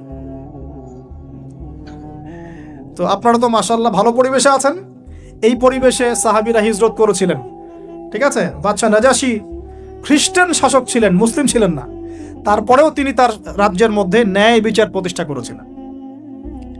আর এখনকার মুসলিমদের কাছে ন্যায় বিচার পাওয়া যাচ্ছে না। আল্লাহ পাক আমাদেরকে হেফাজত করুন। এরপরে টার্নিং পয়েন্ট, মদিনা থেকে কিছু যুবক সাহাবী আসেন আসাদ বিন জুরারাহ রাদিয়াল্লাহু আনহুর নেতৃত্বে। তারপরে তারা ফিরে যান, পরের বছর 12 জনকে নিয়ে আসেন, তারপরের বছর আসেন 75 জনকে নিয়ে। এরপরে বায়াতে আকবায়ে কুবরা হয়। বায়াত একটা বিষয় আছে ইসলামে, এটা তো উঠেই যাচ্ছে আস্তে আস্তে। এটা নিয়ে নিচ্ছে কিছু ভণ্ড পীর সাহেব, তাই না? কিন্তু অরিজিনালি কিন্তু ইসলামে একটা বায়াতের ব্যাপার আছে। তো নবী সাল্লাল্লাহু আলাইহি ওয়াসাল্লাম সেটা নিয়েছেন। নেয়ার পরে আল্লাহ পাক তাকে আদেশ করেছেন মদিনায় হিজরত কর। তখন তিনি মদিনায় হিজরত করে সেখানে গিয়ে মদিনা সনদ করা, মসজিদ নববী নির্মাণ করা, তারপরে ইহুদিদের সাথে চুক্তি করা, একটা রাষ্ট্র যেভাবে ফাংশন করে সব সেখানে হলো। তারপরে সামরিক অভিযান শুরু হলো আস্তে আস্তে। এই করতে করতে কিছু সারিয়া হলো, সারিয়া সাইফিল বাহর, সারিয়া আবুয়া, সারিয়া বুয়াত, এরকম অনেকগুলো সারিয়া হওয়ার পরে এক পর্যায়ে বদর যুদ্ধ হয়েছে। সরাসরি প্রথম বদর হয়নি, কিন্তু বদর যুদ্ধ জয়লাভ, পরে উহুদের যুদ্ধ পরের বছর, এই যুদ্ধের সাময়িক বিপর্যয়। তারপরে খন্দকে বাইন মানে ওরা কিন্তু ফিরে চলে গেল, আমাদের কোনো ক্ষতি করতে পারলো না। তারপরে নবী সাল্লাল্লাহু আলাইহি ওয়াসাল্লাম বলেন আজকের পর থেকে আমরাই অগ্রগামী হব, ওরা আমাদেরকে আর কিছু করতে পারবে না। এরপরে সামরিক অভিযান বাড়লো, দাওয়াতের মেহনত বাড়লো, আস্তে আস্তে আস্তে আস্তে মাশাআল্লাহ মাত্র 8 বছর 8 বছরের ব্যবধানে নবী সাল্লাল্লাহু আলাইহি ওয়াসাল্লাম প্রায় বিনা যুদ্ধে মক্কা জয় করলেন। কোন মক্কা? যে মক্কা থেকে আমাদেরকে চলে আসতে হয়েছে এক সময়। ইসলাম এভাবে বিজয় লাভ করেছে। আর আমাদের জন্য নবী সাল্লাল্লাহু আলাইহি ওয়াসাল্লামের এই মহামানবের জীবনেই হচ্ছে উসওয়াতুল হাসানা। আমাদের জন্য কিন্তু আগেকার মহামানবরা উসওয়াতুল হাসানা নন, যাদের কথা আমরা আলোচনা করলাম, তাদের থেকে আমরা শিক্ষা নিচ্ছি। কিন্তু আমাদের উসওয়াতুল হাসানা হচ্ছেন নবী সাল্লাল্লাহু আলাইহি ওয়াসাল্লাম। তার এই সিরাত, তার এই জীবনী পড়লে আমরা আমাদের ব্যক্তি জীবন, দাওয়াতের জীবন, পারিবারিক জীবন, কখন কি করতে হবে, এই পুরো বিষয়টা আমরা খুব ভালো করে আয়ত্ত করতে পারব। আল্লাহ রাব্বুল আলামিন আমাদের সবাইকে নবী সাল্লাল্লাহু আলাইহি ওয়াসাল্লামের জীবন থেকে শিক্ষা নেওয়ার তৌফিক দান করুন। তিনি উম্মার কল্যাণকামী ছিলেন, আমাদেরকে তিনি ভালোবাসতেন, আমাদের জন্য এত কষ্ট করেছেন, তিনি চলে গেছেন, রেখে গেছেন আমাদের কাছে এই দিন ইসলাম। এটাই আমানত। আমরা ছাড়া এরপরে আর কোনো নবী আসছেন না, আমাদের কাঁধেই দায়িত্ব। অতএব শুধু ওলামায়ে কেরামদের কাঁধে দায়িত্ব নয়, আমাদের সবার কাঁধেই দায়িত্ব। যখন ওলামায়ে কেরামরা দায়িত্ব পালন অবহেলা করবে, আল্লাহ পাক আপনাদেরকে নিয়ে আসবে এখানে ইনশাআল্লাহ। আল্লাহ পাকের কোনো পরোয়া নাই, কিন্তু আল্লাহ পাকের কোনো পরোয়া নাই। যদি আমরা ওলামায়ে কেরামরা দায়িত্ব পালন না করি, আল্লাহ পাক আপনাদেরকে নিয়ে আসবেন, এই চেয়ারগুলোতে বসাবেন ইনশাআল্লাহ। অতএব এই উম্মর উপর সবার দায়িত্ব আছে। নবী সাল্লাল্লাহু আলাইহি ওয়াসাল্লামের সেই আদর্শ তার পরবর্তীতে বাস্তবায়ন করেছেন আবু বকরের মতো সাহাবী রাদিয়াল্লাহু আনহু, ওমর ইবনে খাত্তাবের মতো সাহাবী, উসমান বিন আফফানের মতো সাহাবী, আলী ইবনে আবি তালেবের মতো সাহাবী। এরপরেও উমাইয়াদের 93 ইয়ার্স, আব্বাসীয়দের প্রায় 500 বছর, উসমানীয় খেলাফত, ফাতেমি খেলাফত, কর্ডোবা ইসলামী খেলাফত, আপনার মামলুকদের শাসন, মুঘলদের শাসন, আফগানদের শাসন, হতে হতে হতে হতে এই 1917 সাল পর্যন্ত সারা বিশ্বে এগুলোই চলেছে আলহামদুলিল্লাহ। লাস্ট 100 বছরে মাশাআল্লাহ আমরা আমাদের ট্র্যাক হারিয়ে ফেলেছি। কি করলাম? আমরা ঈমান থেকে সরে আসলাম, তাকওয়া থেকে সরে আসলাম, হারাম খাওয়া শুরু করলাম, জেনা করা শুরু করলাম, দিনী ইলম অর্জনের চেষ্টা করলাম না, পর্দার বিধান কায়েম করলাম না, দাওয়াতের মেহনত করলাম না, ইসলাম প্রতিষ্ঠার কোনো জজবা রাখলাম না, ইত্যাদি করতে করতে আমাদের উপরে তারা চেপে বসে গেল। আজকে এখন পর্যন্ত এই অবস্থাতেই আছে। এখন আমরা কি চাই এই অবস্থাতেই কিয়ামত হোক, নাকি আগামী ইসলামের যে বিজয়গুলো আসবে সেখানে আমরাও কিছু ভূমিকা রাখি? আমরা যদি ভূমিকা রাখতে চাই যার যার জায়গা থেকে, এই কয়টা কাজ আমরা একটু করার চেষ্টা করি। আল্লাহ পাক তৌফিক দান করুন। 1, পুরো কোরআনটা পড়বো ইনশাআল্লাহ। 2, হাদিসের কিতাবগুলো মোতাআলা করবো ইনশাআল্লাহ। 3, আমরা যা জানবো ইমিডিয়েট আমল করার চেষ্টা করবো ইনশাআল্লাহ। এই জামানার আবু বকর ওমর হতে হবে আমাদেরকে। এই জামানার আবু বকর ওমর হতে হবে আমাদেরকে। দেখেন, উনারা যদি এই জামানায় থাকতেন তাহলে কি ওই ভাষায় কথা বলতেন না এই ভাষায় কথা বলতেন? তো এই জামানার আবু বকর ওমর হবে স্মার্ট, বিচক্ষণ, মুত্তাকি, পরেজগার, দিনী ইলম অর্জন করবে, তারা দিনের জন্য ডেডিকেটেড থাকবে। আল্লাহ পাক আমাদের সবাইকে কবুল করুন, আমিন। প্রয়োজন 4 নাম্বার, আমাদের আদর্শ পরিবার, পারিবারিক মূল্যবোধে কোনো ছাড় দিব না ইনশাআল্লাহ। 5 নাম্বার, আমাদের সন্তান, যে ছোট ছোট বাচ্চারা যারা আছে, বাচ্চাদেরকে ডিনামাইট করে গড়ে তুলবেন ইনশাআল্লাহ। বাচ্চাদেরকে একবারে ডিনামাইট, মানে জেনারেল নলেজ, ইসলামিক নলেজ, প্রত্যেকটা ডিপার্টমেন্ট যেন ওদের স্ট্রং থাকে ইনশাআল্লাহ। এবং ছোটবেলা থেকেই ওদেরকে নামাজ, ইসলামিক নীতি, নৈতিকতা, মূল্যবোধ দিয়ে বড় করবেন ইনশাআল্লাহ। আল্লাহ তৌফিক দান করুন। আরও প্রয়োজন হচ্ছে হালাল খাওয়া। আলহামদুলিল্লাহ, এটাতে আমরা চেষ্টা করছি, আল্লাহ পাক বরকত দান করুন। আর কি দরকার হবে? উম্মার ঐক্যের চেষ্টা করা। উম্মার ঐক্যের চেষ্টা করা, কোনো বিভক্তি না বাড়ানো। এমনিতেই মাশাআল্লাহ 70,000 দলে বিভক্ত আছে। 73 দল বলে তো হাদিসে, আমরা গুনে দেখেছি মনে হয় 73,000 দল আছে। যারা বলে আমরা কোনো দলাদলিতেই নাই, ওদের মধ্যেও 5টা দল হয়ে গেছে। ওটা হচ্ছে সহি ক একটা, সহি খ একটা, সহি গ একটা, সহি খ। এখানে আবার বিভিন্নভাবে ফেরকাবাজি শুরু হয়েছে, এক একজনের আমির এক একজন। এগুলো হলো না কিছু। হ্যাঁ, আমাদের মধ্যে ইস্তেহাদি পার্থক্য থাকতে পারে, মত পার্থক্য থাকতে পারে, মাযহাবগত মত পার্থক্য থাকতে পারে, কোনো প্রবলেম নাই। তারপরেও আমরা এক থাকবো ইনশাআল্লাহ। আমার এই ভাই শাফিঈ মাযহাব ফলো করেন, আমি হানাফি মাযহাব ফলো করি, কোনো সমস্যা নেই। সে আমার ভাই, আমি তার ভাই। আমার ওই ভাই হাম্বলি মাযহাব ফলো করেন, আমি হানাফি ফিকহ ফলো করি, ইনশাআল্লাহ কোনো সমস্যা নাই, আমরা ভাই ভাই। সে তার ইজতিহাদ আল্লাহর কাছে আজর নেবে, আমি আমার ইজতিহাদ নিয়ে আল্লাহর কাছে আজর নিব ইনশাআল্লাহ। মতভেদ থাকতে পারে, কি বলবো, যে মতভেদ থাকবে, তার উপরে মতানৈক্য হবে, মতানৈক্যের উপরে, ভুল বললাম মনে হয়, মতভেদের উপরেও মতানৈক্য হবে ইনশাআল্লাহ। এটার একটা বই আছে, উম্মতের বিভক্তির কারণ এবং সমাধানের উপায়। তো এখান থেকে আমি পেয়েছি মতবিরোধ থাকবে, তার উপরেই আমরা মতানৈক্য রাখবো ইনশাআল্লাহ, ঐক্যবদ্ধ হব ইনশাআল্লাহ। এটা ইসলামের সৌন্দর্য। আল্লাহ পাক তৌফিক দান করুন। আর 2-3টা পয়েন্ট হচ্ছে, আমরা ফিজিক্যালি ফিট থাকার চেষ্টা করবো ইনশাআল্লাহ। হালাল খাওয়ার কথা বলেছি, এবং ফুডের ব্যাপারে সচেতন থাকবেন। ডিভাইস এডিক্টেড হবেন না, প্রাকৃতিকভাবে বড় হন, নিজেদের জীবনটাকে মূল্যায়ন করি, হায়াতটাকে মূল্যায়ন করি। এক একটা দিন, এক একটা রাত চলে যাচ্ছে, লাইফ থেকে চলে যাচ্ছে। আমরা আমাদের গোল্ডেন টাইমগুলোকে মূল্যায়ন করি, আমাদের মা বোনদেরকে পর্দায় রাখি, পারিবারিক মূল্যবোধগুলো সুন্দর করার চেষ্টা করি, দাওয়াতের মেহনত বাড়াতে থাকি, এবং অবশ্যই ইউনাইটেড থাকবেন। প্রয়োজন আপনাদের মধ্যে একজনকে আপনারা আমির বানিয়ে নেবেন, তাদেরকে তার আন্ডারে থেকে সুন্দর মতো আপনারা পরামর্শ করে চলবেন। থাকতে হয়, একজন নেতা থাকতে হয়, না হলে 10 নেতা হলো তো সমস্যা, 10 জন 10 কথা বলবে তখন। হ্যাঁ, যখন ইমামুল মাহদি আসবেন, ঈসা ইবনে মারিয়াম আসবেন, তখন গ্লোবাল আমির হবে ইনশাআল্লাহ। এখন তো গ্লোবাল আমির নাই, আছে তো কমিউনিটি বেজ আপনারা পরামর্শ করে সুরাভিত্তিক চলার চেষ্টা করেন। আল্লাহ পাক তৌফিক ইনায়াত করেন। সবশেষ কথা হচ্ছে এই, যদি আমরা এভাবে আমাদের জীবনটা কাটাতে পারি, ইনশাআল্লাহ সূরাতুল বাকারার এই 207 নম্বর আয়াতের উপর আমল হয়ে যাবে ইনশাআল্লাহ। আল্লাহ সুবহানাহু ওয়া তাআলা আমাদেরকে খেলার ছলে সৃষ্টি করেন নাই, তাই করেছেন কি?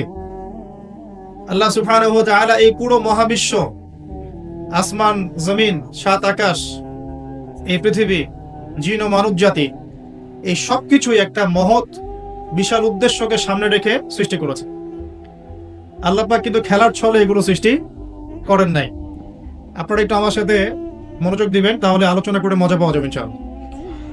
খেলার ছলে আল্লাহ পাক কোনো কিছু সৃষ্টি করেন নাই। উদ্দেশ্যটা কি? উদ্দেশ্য হচ্ছে আল্লাহ পাক বলছেন সূরা মুলকের মধ্যে, কোন সূরা? সূরা মুলক। আমরা রাতের বেলা তেলাওয়াত করার অভ্যাস করব ইনশাআল্লাহ। এটা গুরুত্বপূর্ণ আমল এবং সুন্নাহ। এই সূরার প্রথম দিকে আল্লাহ পাক বলেছেন আল্লাযী খালাকাল মাউতা ওয়াল হায়াতা লিয়াবলুয়াকুম আইয়ুকুম আহসানু আমালা, লিয়াবলুয়াকুম আইয়ুকুম আহসানু আমালা। আল্লাহ পাক এই জীবন মৃত্যু মানে পুরো বিষয়গুলো সৃষ্টি করেছেন একটা উদ্দেশ্যে। উদ্দেশ্যটা হচ্ছে লিয়াবলুয়াকুম আইয়ুকুম আহসানু আমালা। আল্লাহ পাক দেখতে চান আমাদের মধ্যে আমলে শ্রেষ্ঠ কে। আল্লাহ পাক দেখতে চান আমাদের মধ্যে আমলে আহসান কে। আহসান শব্দটা কি? আহসান। হাসান মানে হলো উত্তম, আহসান মানে সবচেয়ে উত্তম, কবির মানে হলো বড়, আকবার মানে কি বলেন? সবচেয়ে বড়, সগীর মানে ছোট, আসগর মানে সবচেয়ে ছোট। তো এখানে যে শব্দটা ব্যবহার করা হয়েছে এটাকে আমরা আরবি ব্যাকরণের ভাষায় বলি ইসমে তাফজিল, আর ইংরেজিতে বলি সুপারলেটিভ ফর্ম। কি ফর্মস?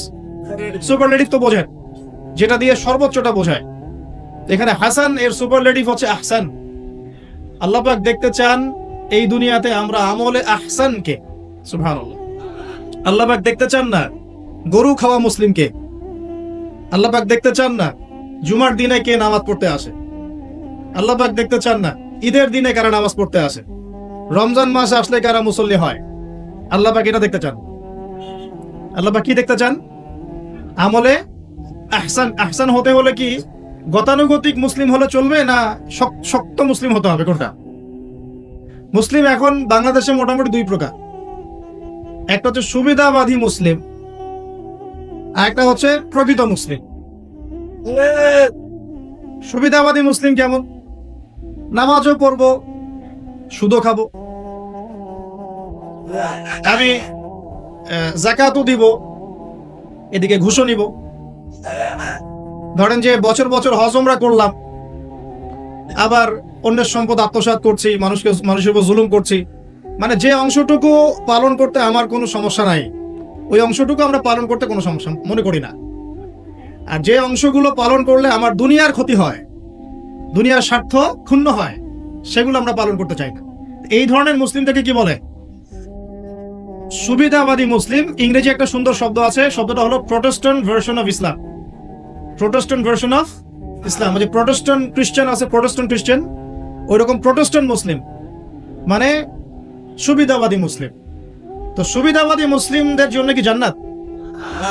মুসলিম কাকে বলে? মুসলিমের সবচেয়ে সেরা এক্সাম্পল আল্লাহ পাক কোরআনে যেগুলো দিয়েছেন তারা হচ্ছেন নবীগণ। তারা কারা? নবীগণ।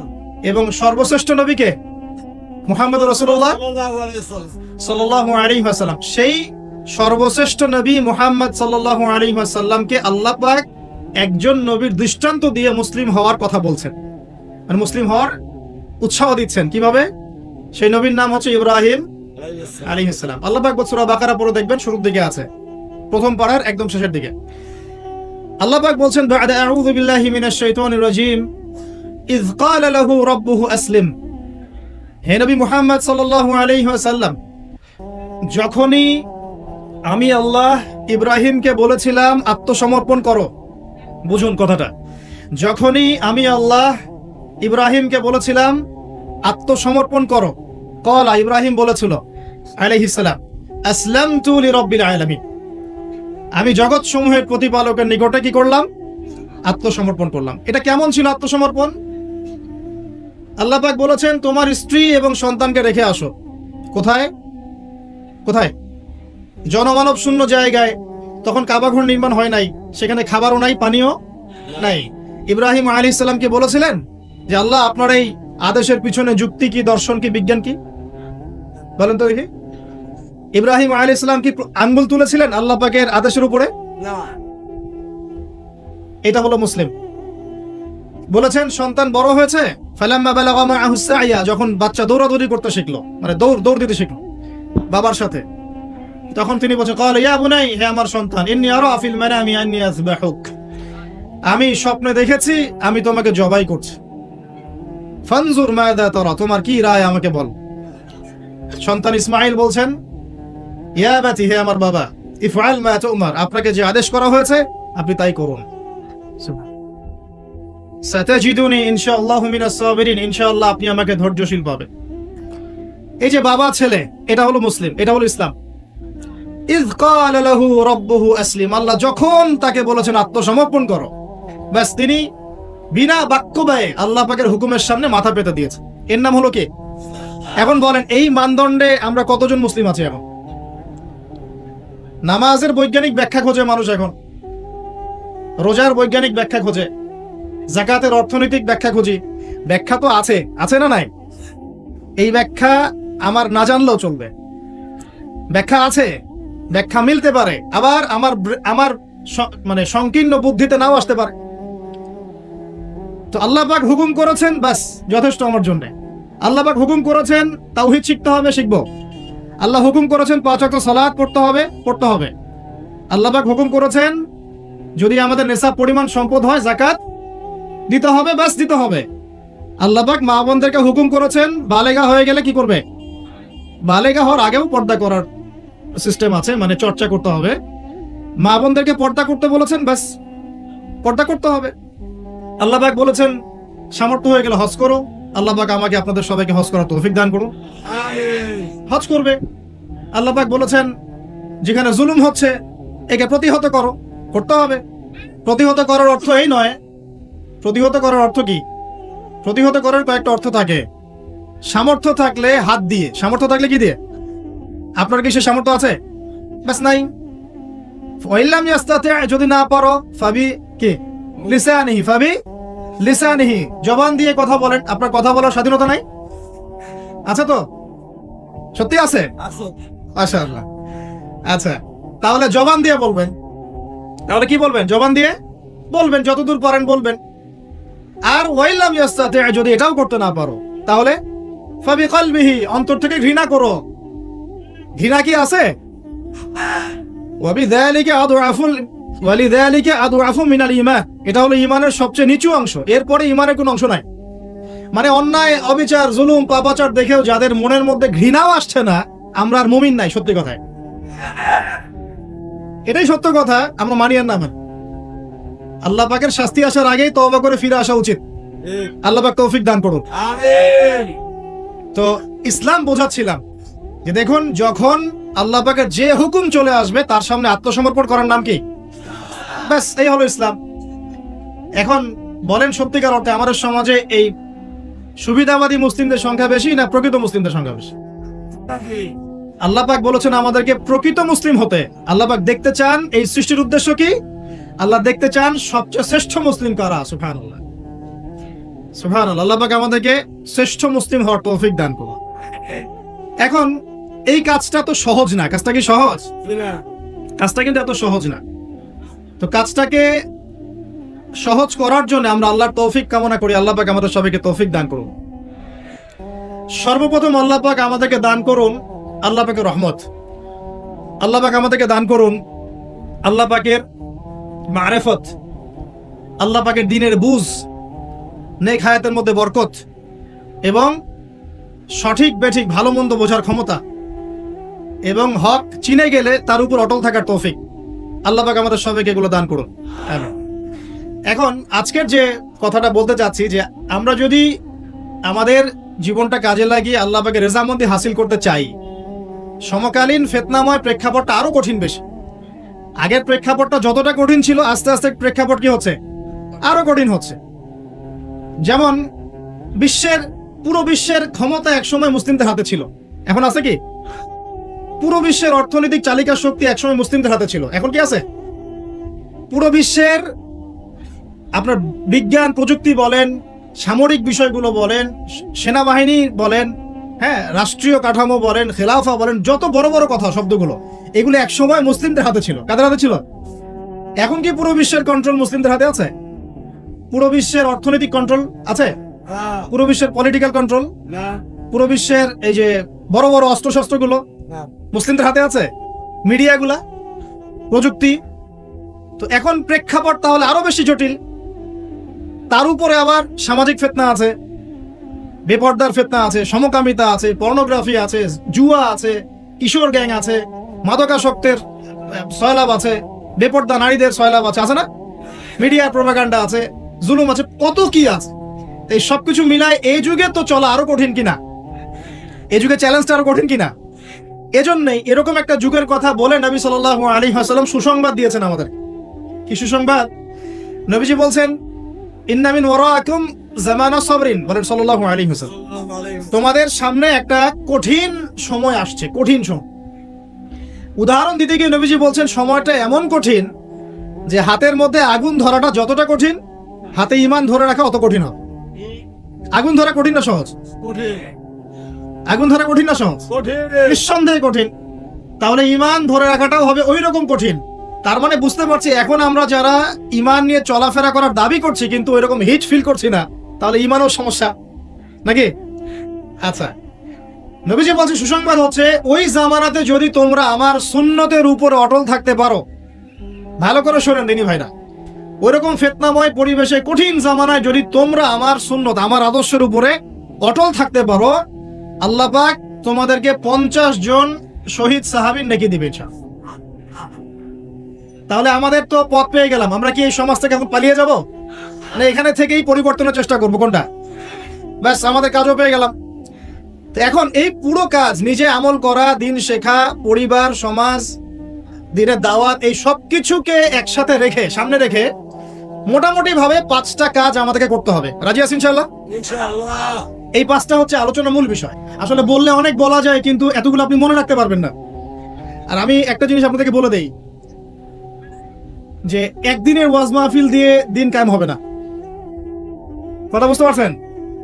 এই যে ওয়াজ হলো, আয়োজন হলো, আপনারা আসলেন, লেকচার শুনলেন, আমি আসলাম 8 ঘন্টা জার্নি করে, আবার 8 ঘন্টা জার্নি করে গেলাম, 1-1.5 ঘন্টা আলোচনা করলাম, এটাই সবকিছু না।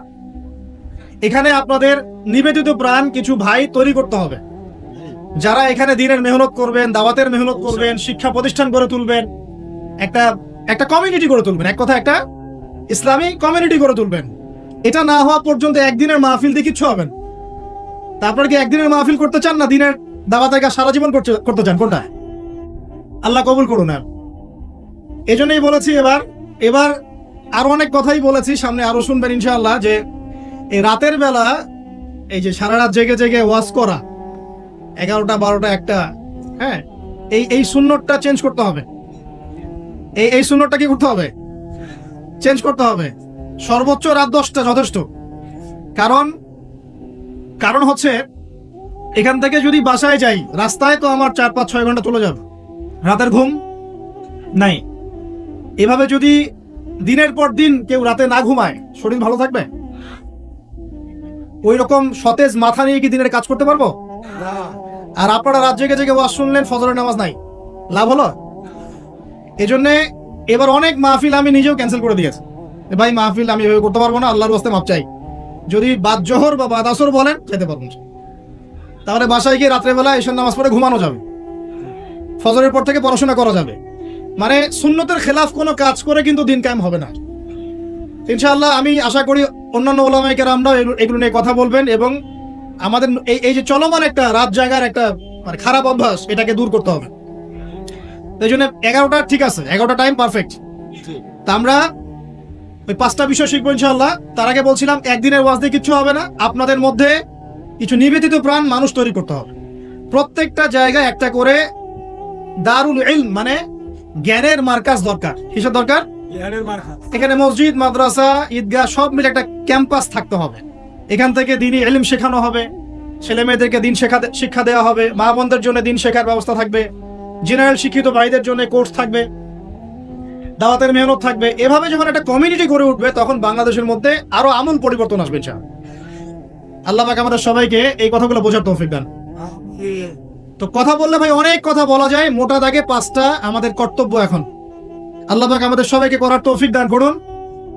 1 নাম্বার হচ্ছে, দুনিয়ায় সফল হতে, পরকালে আল্লাহ রেজামন্দি হাসিল করতে এবং দ্বীন ইসলামকে আল্লাহর জমিনে বিজয়ী করতে সর্বপ্রথম আমাদের ঐক্যবদ্ধভাবে যে কাজটা করতে হবে, সেটা হলো আল্লাহর দ্বীনের জ্ঞান শিখা, আল্লাহর দ্বীনের ইলম অর্জন করা। একদম মুখস্থ করে নেন আজকের লেকচার। কি অর্জন করা? ইলম অর্জন কর, দিনী ইলম অর্জন কর। আপনি দুনিয়াবি ইলমে ডক্টর, ইঞ্জিনিয়ার, পাইলট, ব্যারিস্টার, জজ যাই হন, দিনী ইলম অর্জন করতে হবে। আপনি যেই হন না কেন, যে কেউ হন না কেন, দিনী ইলম আপনাকে অর্জন করতে হবে। কতটুকু অর্জন করতে হবে? কতটুকু? যতটুকু অর্জন করলে আমি শিরিক চিনতে পারি, তাওহীদ চিনতে পারি, আমি সুন্নাত চিনতে পারি, বেদাত চিনতে পারি, আমি হালাল চিনতে পারি, হারাম চিনতে পারি, আমি হক চিনতে পারি, বাতিল চিনতে পারি, আমি ঈমান ভঙ্গের কারণ জানতে পারি, আমি ওযু, গোসল, নামাজ, ইকামত, হ্যাঁ কালিমা, আমাদের এই যে বুনিয়াদী শিক্ষা, দ্বীন ইসলামের বুনিয়াদী শিক্ষা আমাকে অর্জন করতেই হবে। রাজি আছেন ইনশাআল্লাহ?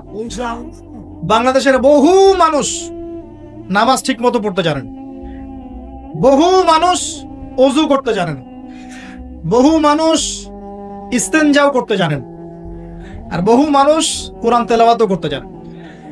কোরআন তেলাওয়াত বিশুদ্ধ করে না শিখলে আপনি আজান দিতে পারবেন না, ইকামত দিতে পারবেন না, আপনি নামাজে দাঁড়িয়ে আল্লাহু আকবার বলে সানা পড়তে, সূরা ফাতিহা পড়তে, আরেকটা সূরা মেলাতে, রুকুর তাসবিহ, সিজদার তাসবিহ, তাশাহুদ, দুরুদ, মাসুরা এগুলো শুদ্ধ করে পড়তে পারবেন না। আর শুদ্ধ করে যদি না পড়েন অর্থ বিকৃত হয়ে যাবে প্রচুর। মানে আমরা তো নামাজকে কি যে বানিয়ে ফেলেছি, আল্লাহ মাফ করুন, সুবহানাল্লাহ। মানে নতুন নতুন কত শব্দ বের করে ফেলেছি নামাজের মধ্যে। একটু অর্থের পার্থক্যের কারণে ঈমান কুফরের মতো অবস্থা চলে আসতে পারে। বিশুদ্ধ করে তাজবিদ সহকারে কোরআন তেলাওয়াত করা শিখতে হবে প্রথমে। আপনাকে মাদ্রাসায় যেতে হলে যাবেন, মক্তবে যেতে হলে যাবেন, প্রয়োজনে টিচারকে বাসায় নিয়ে এসে যদি পড়তে পারেন পড়েন, যেভাবে হোক আপনাকে কোরআন তেলাওয়াত শিখতেই হবে। আল্লাহ পাক তৌফিক দান করুন। আমরা নামাজের মধ্যে বলছি আলহামদুলিল্লাহ, আলহামদুলিল্লাহি রাব্বিল আলামিন। কি এটা? এটা কি পড়লেন মন্ত্র? আলহামদুলিল্লাহি রাব্বিল আলামিন কি? আলহামদুলিল্লাহ, এই যে আলহামদু শব্দটা সঠিক করে উচ্চারণ করতে পারছেন অনেক। আলহামদু মানে সমস্ত প্রশংসা আল্লাহর জন্য। আলহামদুলিল্লাহ সমস্ত প্রশংসা। আলহামদুলিল্লাহ কি? আলহামদুলিল্লাহ মানে সমস্ত নিন্দা আল্লাহর জন্য। নাউজুবিল্লাহ। আমার কথা কি বিশ্বাস করছেন না? ওলামায়ে কেরামকে জিজ্ঞাসা করেন। কুল হু আল্লাহু আহাদ এটা কি? কুল হু আল্লাহু আহাদ মানে কি? তো কুল মানে খাও, কুল মানে কি? কুল হু আল্লাহু আহাদ, বলুন তিনি আল্লাহ এক। শব্দের অর্থ আছে তো? এখানে পেশাব করিবেন না, করিলে এত টাকা জরিমানা। কমাটা যদি না এর পরে নিয়ে বসাই তাহলে এখানে প্রসাব করিবেন না, করিলে। আপনারা কি মনে করেন যে আরবির এরকম সিকোয়েন্স নাই? বলছে কুলহু সূরা, সূরাটার নাম কি কুলহু? কুলহু বলে কোনো শব্দ আছে? কুল একটা শব্দ, হুয়া আলাদা শব্দ। কুল হুয়া আল্লাহু আহাদ, কুল হুয়াল্লাহু আহাদ। এই তো আমরা কত ভুল করি পদে পদে। সামিআল্লাহু লিমান হামিদা আছে না? সামিআল্লাহ, আল্লাহ তার কথা শোনেন। লিমান হামিদা, যে তার প্রশংসা করে, মানে যে আল্লাহর প্রশংসা করে আল্লাহ তার কথা শোনেন। এন্ড আমরা শব্দ বানিয়েছি সামিআল্লাহ হুলিমান হামিদা। তো হুলিমান হামিদা কি শব্দ? হুলিমান হামিদা বলে কোন শব্দ আছে? সামিআল্লাহু লিমান হামিদা, সামিআল্লাহু লিমান হামিদা। তো এই যে পদে, আমি বলতে গেলে নামাজ দিয়ে রাত পার হয়ে যাবে। পদে পদে পদে পদে আল্লাহু আকবার শব্দটা আল্লাহু আকবার, আল্লাহু আকবার বানিয়ে দেয়। আকবার, আকবার মানে কি? অনেকের আজান শুনে মনে হয় যে গিয়ে একটা পিটন লাগাই দিয়ে, ইকামত শুনলে মনে হয় যে একটা পিটন লাগাই দেয়। কাতকা মাতিস সালাহ, কাতকা মাতিস সালাহ, এটা আবার কি? এগুলো কি? মানে এই যে এগুলো কেন হচ্ছে জানেন? একটাই কারণে, কারণ বিশুদ্ধ করে আমরা কুরআনুল কারীম তেলাওয়াত করা শিখছি না। তো দিন কায়েম করবে, দাওয়াতের কাজ, মেহনত, জিহাদ, ইকামতের দিন, কত বড় বড় কথা। আর বেসিক এই কোরআন তেলাওয়াত করা শেখার নাম নাই। আমরা ইয়াংদের মধ্যে একটা সমস্যা দেখছি এখন, ফ্যান্টাসি। ফ্যান্টাসি ফ্যান্টাসি মানে আগে হয়তো মানে বিপথে ছিল, হেদায়েত পেয়েছে, ইসলামের দিকে এসেছে। এখন অনেক বড় বড় স্বপ্ন, মাশাআল্লাহ। স্বপ্ন দেখা ভালো, বড় বড় স্বপ্ন, বড় বড় ইচ্ছা। অনলাইনে বসে গরম করে ফেলছে একদম, ফেসবুক গরম, ইউটিউব গরম, হ্যাঁ ব্লগ দিয়ে ভর্তি গরম। কিন্তু বেসিক যে কোরআন তেলাওয়াতটা করা শিখবে সেটা ঠিক নেই। 3 মাস কোরআনটা তেলাওয়াত করা শিখবে একজন আলেমের কাছে নাই। একটা কোর্স লঞ্চ করে দেন 6 মাস ক্লাস করবে না, প্রথম 1 মাস ক্লাস করে পরে নাই, 5 মাস নাই। এইভাবে ভাই দিনের হয়তো সামান্য কিছু খেদমত হতে পারে, সামগ্রিক পরিসরে ইসলাম বিজয়ী হবে না। এক কথায় আমরা যদি এই যুগের আবু বকর, ওমর, উসমান, আলী রাদিয়াল্লাহু আনহুম আজমাইন হতে না পারি, তাহলে এই যুগের সেই ইসলামী খেলাফা বাস্তবায়িত হবে না। এটা হলো মূল কথা। এই পথের প্রথম কাজটাই হচ্ছে দ্বীনি ইলম অর্জন করা। আর ইলম অর্জন করাটা আপনার জন্য কি? নফল, মুস্তাহাব, সুন্নত না ফরজ? এটা কে বলেছেন? রাসূলুল্লাহ সাল্লাল্লাহু আলাইহি ওয়াসাল্লাম বলেছেন, তালাবুল ইলমি ফরিদাতুন আলা কুল্লি মুসলিম। তালাবুল ইলম মানে জ্ঞান অর্জন করা। ফরিদা, ফরজ মানে কি? ফরজ মানে বাধ্যতামূলক। আলা কুল্লি মুসলিম, কুল্লি মানে কি? প্রত্যেক। কুল্লি মানে কি? কুল্লু মানে প্রত্যেক। প্রত্যেক মুসলমানের উপরে, প্রত্যেক মুসলমান যে মুসলমান দাবি করে নিজেকে, কালিমা পড়েছে, তার উপরে জ্ঞান অর্জন করা ফরজ করেছেন আল্লাহ। আপনি কুরআন তেলাওয়াত না শিখে থাকতে পারবেন না, তো এটা আপনার উপর ফরজ করা হয়েছে। নামাজ কি পড়ছেন, কি বলছেন, এটা আপনাকে শিখতে হবে, তো এটা ফরজ করা হয়েছে। আজান দেওয়া শিখতে হবে, ইকামত দেওয়া শিখতে হবে, ইমামতি করার যোগ্যতা অর্জন করতে হবে। এই মালয়েশিয়ার একটা ভালো জিনিস দেখলাম যে ওখানে প্রাইমারি লেভেল থেকে, মানে স্কুল লেভেল থেকেই এই মাদ্রাসা এবং মানে জেনারেল এটা আলাদা করে করে কোনো প্যাটার্ন করা নাই, এটা একসাথেই প্যাটার্নটা করে দেয়া। মানে আপনি স্কুলে ভর্তি হলে, স্থানীয় স্কুলে বা কলেজে যেভাবে তারা সিস্টেম করেছে, ইসলামের বুনিয়াদী শিক্ষাটা বাধ্যতামূলক শিক্ষা। যে কেউ, তাদের সিভিলিয়ানদের মধ্যে যে কেউ ইমামতি করতে পারে। মাশাআল্লাহ, এটা আমাদের করা উচিত ছিল না? আমরা কি মুসলিম প্রধান দেশের অধিবাসী না? আমরা জোর দাবি জানাই যে শিক্ষা ক্ষেত্রে একটা আমূল পরিবর্তন নিয়ে আসতে হবে ইনশাআল্লাহ। একদম প্রাইমারি লেভেল থেকে ইসলামিক শিক্ষাকে আমাদের দেশে বাধ্যতামূলক করা হোক।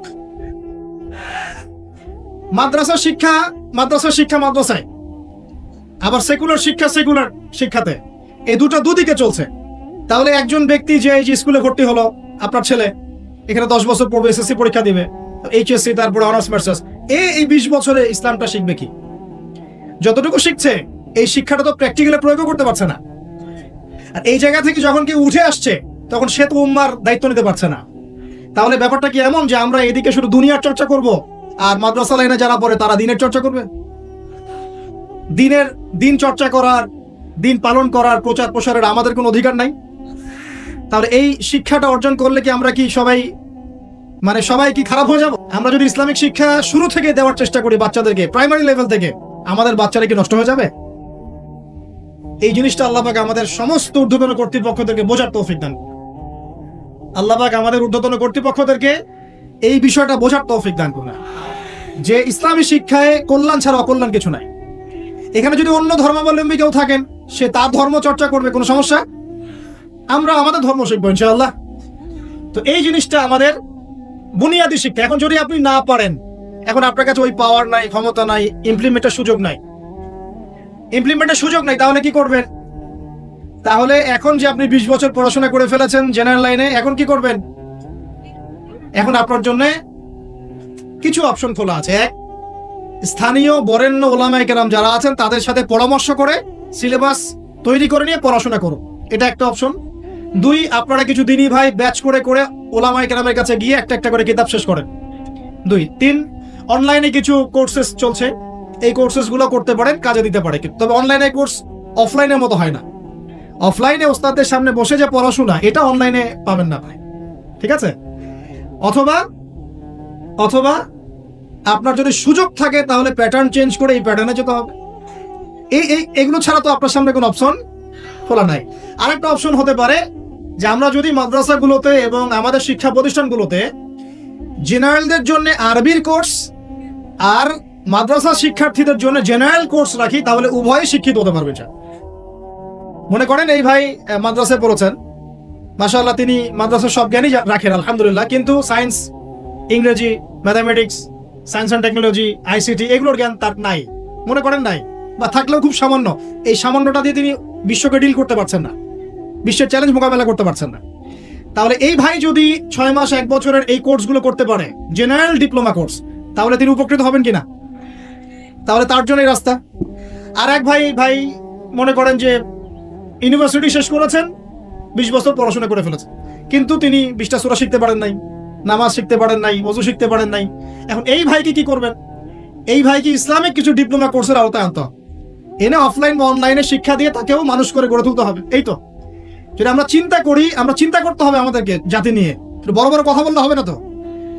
যুব সমাজের এখন যে অবস্থা, আপনি সামনে একটা ভয়ঙ্কর বিকলাঙ্গ যুব সমাজ দেখতে পারো। মস্তিষ্ক বিকৃত হয়ে গেছে এদের মোবাইল ফোন দিয়ে। মোবাইল ফোন, পর্নোগ্রাফি, মেয়েদের ফিতনা, হারাম অ্যাফেয়ার্স, মাদক, জুয়া, টিকটক, এই করতে করতে এদের মস্তিষ্কের সুস্থতা নষ্ট হয়ে গেছে। আল্লাহর কসম, আল্লাহর কসম করে বলছি এরা সুস্থ না। একটা চিত্র খুব কমন দেখতে পারবেন, 10টা-20টা ছেলে গোল হয়ে বসে আছে ফোন নিয়ে, সবার মনোযোগ নিচের দিকে। ওয়ার্ল্ডে কি হচ্ছে, আসমানে কি হচ্ছে, জমিনে কি হচ্ছে, কোথায় মুসলিমদের উপর বোম পড়লো, কোনো ফিকিরই নাই ওর। আপনি মনে করেছেন যে এই যুব সমাজ আগামীতে দেশের হাল করবে? আমি হলফ করে বলতে পারি কোনোদিন দেশের উপকার করতে পারবো। আপনি নষ্ট করে ফেলছেন যুব সমাজকে, নষ্ট করে ফেলছেন। এদেরকে সুস্থতার দিকে নিয়ে আসতে হলে ইসলামিক শিক্ষার কোনো বিকল্প নাই, নামাজের কোনো বিকল্প নাই। এদেরকে সামাজিক কাজে লাগিয়ে দিতে হবে, সোশ্যাল কাজে, সামাজিক উন্নয়নমূলক কাজে, এই যে মানবতার সেবামূলক কাজে, প্র্যাকটিক্যাল কিছু কাজে। কিছু বানাও, কিছু করো, সায়েন্স নিয়ে ঘাটাঘাটি করো, কিছু প্রযুক্তি উদ্ভাবন করো, তোমরা কিছু করো। দেখেন আমরা যত কিছু ব্যবহার করি সবকিছু কিন্তু ইহুদি খ্রিস্টানদের। এই যে আমি যে মাইকে কথা বলছি, এই মাইকে ইসলামের বড় বড় কথা বলছি, এই মাইকটাও দেখা যাবে যে মুসলমান তৈরি করে নেয়। তাহলে এটা কি কাম্য ছিল? আর এই বিশ্বের যত শিক্ষার বুনিয়াদ, এই বুনিয়াদী শিক্ষা দিয়েছে মুসলিমরা। বিশ্বাস না করলে খালি আপনি 1200 বছর ইতিহাসটা পড়ে দেখেন। ইবনে সিনার নাম শুনেছেন? চিকিৎসা বিজ্ঞান দাঁড়িয়ে আছে ইবনে সিনার উপরে, নাম শুনে নেই? জাবির ইবনে হাইয়ানের নাম শুনেছেন? এই কেমিস্ট্রি না থাকলে আপনি ওষুধ তৈরি করতে পারবেন না। কেমিস্ট্রি না থাকলে কি পারবেন না? মেডিসিন তৈরি করতে পারবেন না। এটা দাঁড়িয়ে আছে কেমিস্ট্রি জাবির ইবনে হাইয়ানের উপরে, যাকে ইউরোপে বলে গ্যাবর ইবনে হাইয়ান।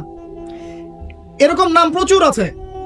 আপনি এই যে ম্যাথামেটিক্সের কথা বলেন, জ্যোতির্বিদ্যার কথা বলেন, তারপরে প্রাণীবিদ্যার কথা বলেন, এই রক্ত সংবহন যন্ত্রের কথা বলেন, এক একটা সাবজেক্ট ধরে ধরে দেখেন, সবগুলার গোড়ার মধ্যে আমাদের মুসলিম মনীষীদের অবদান আছে।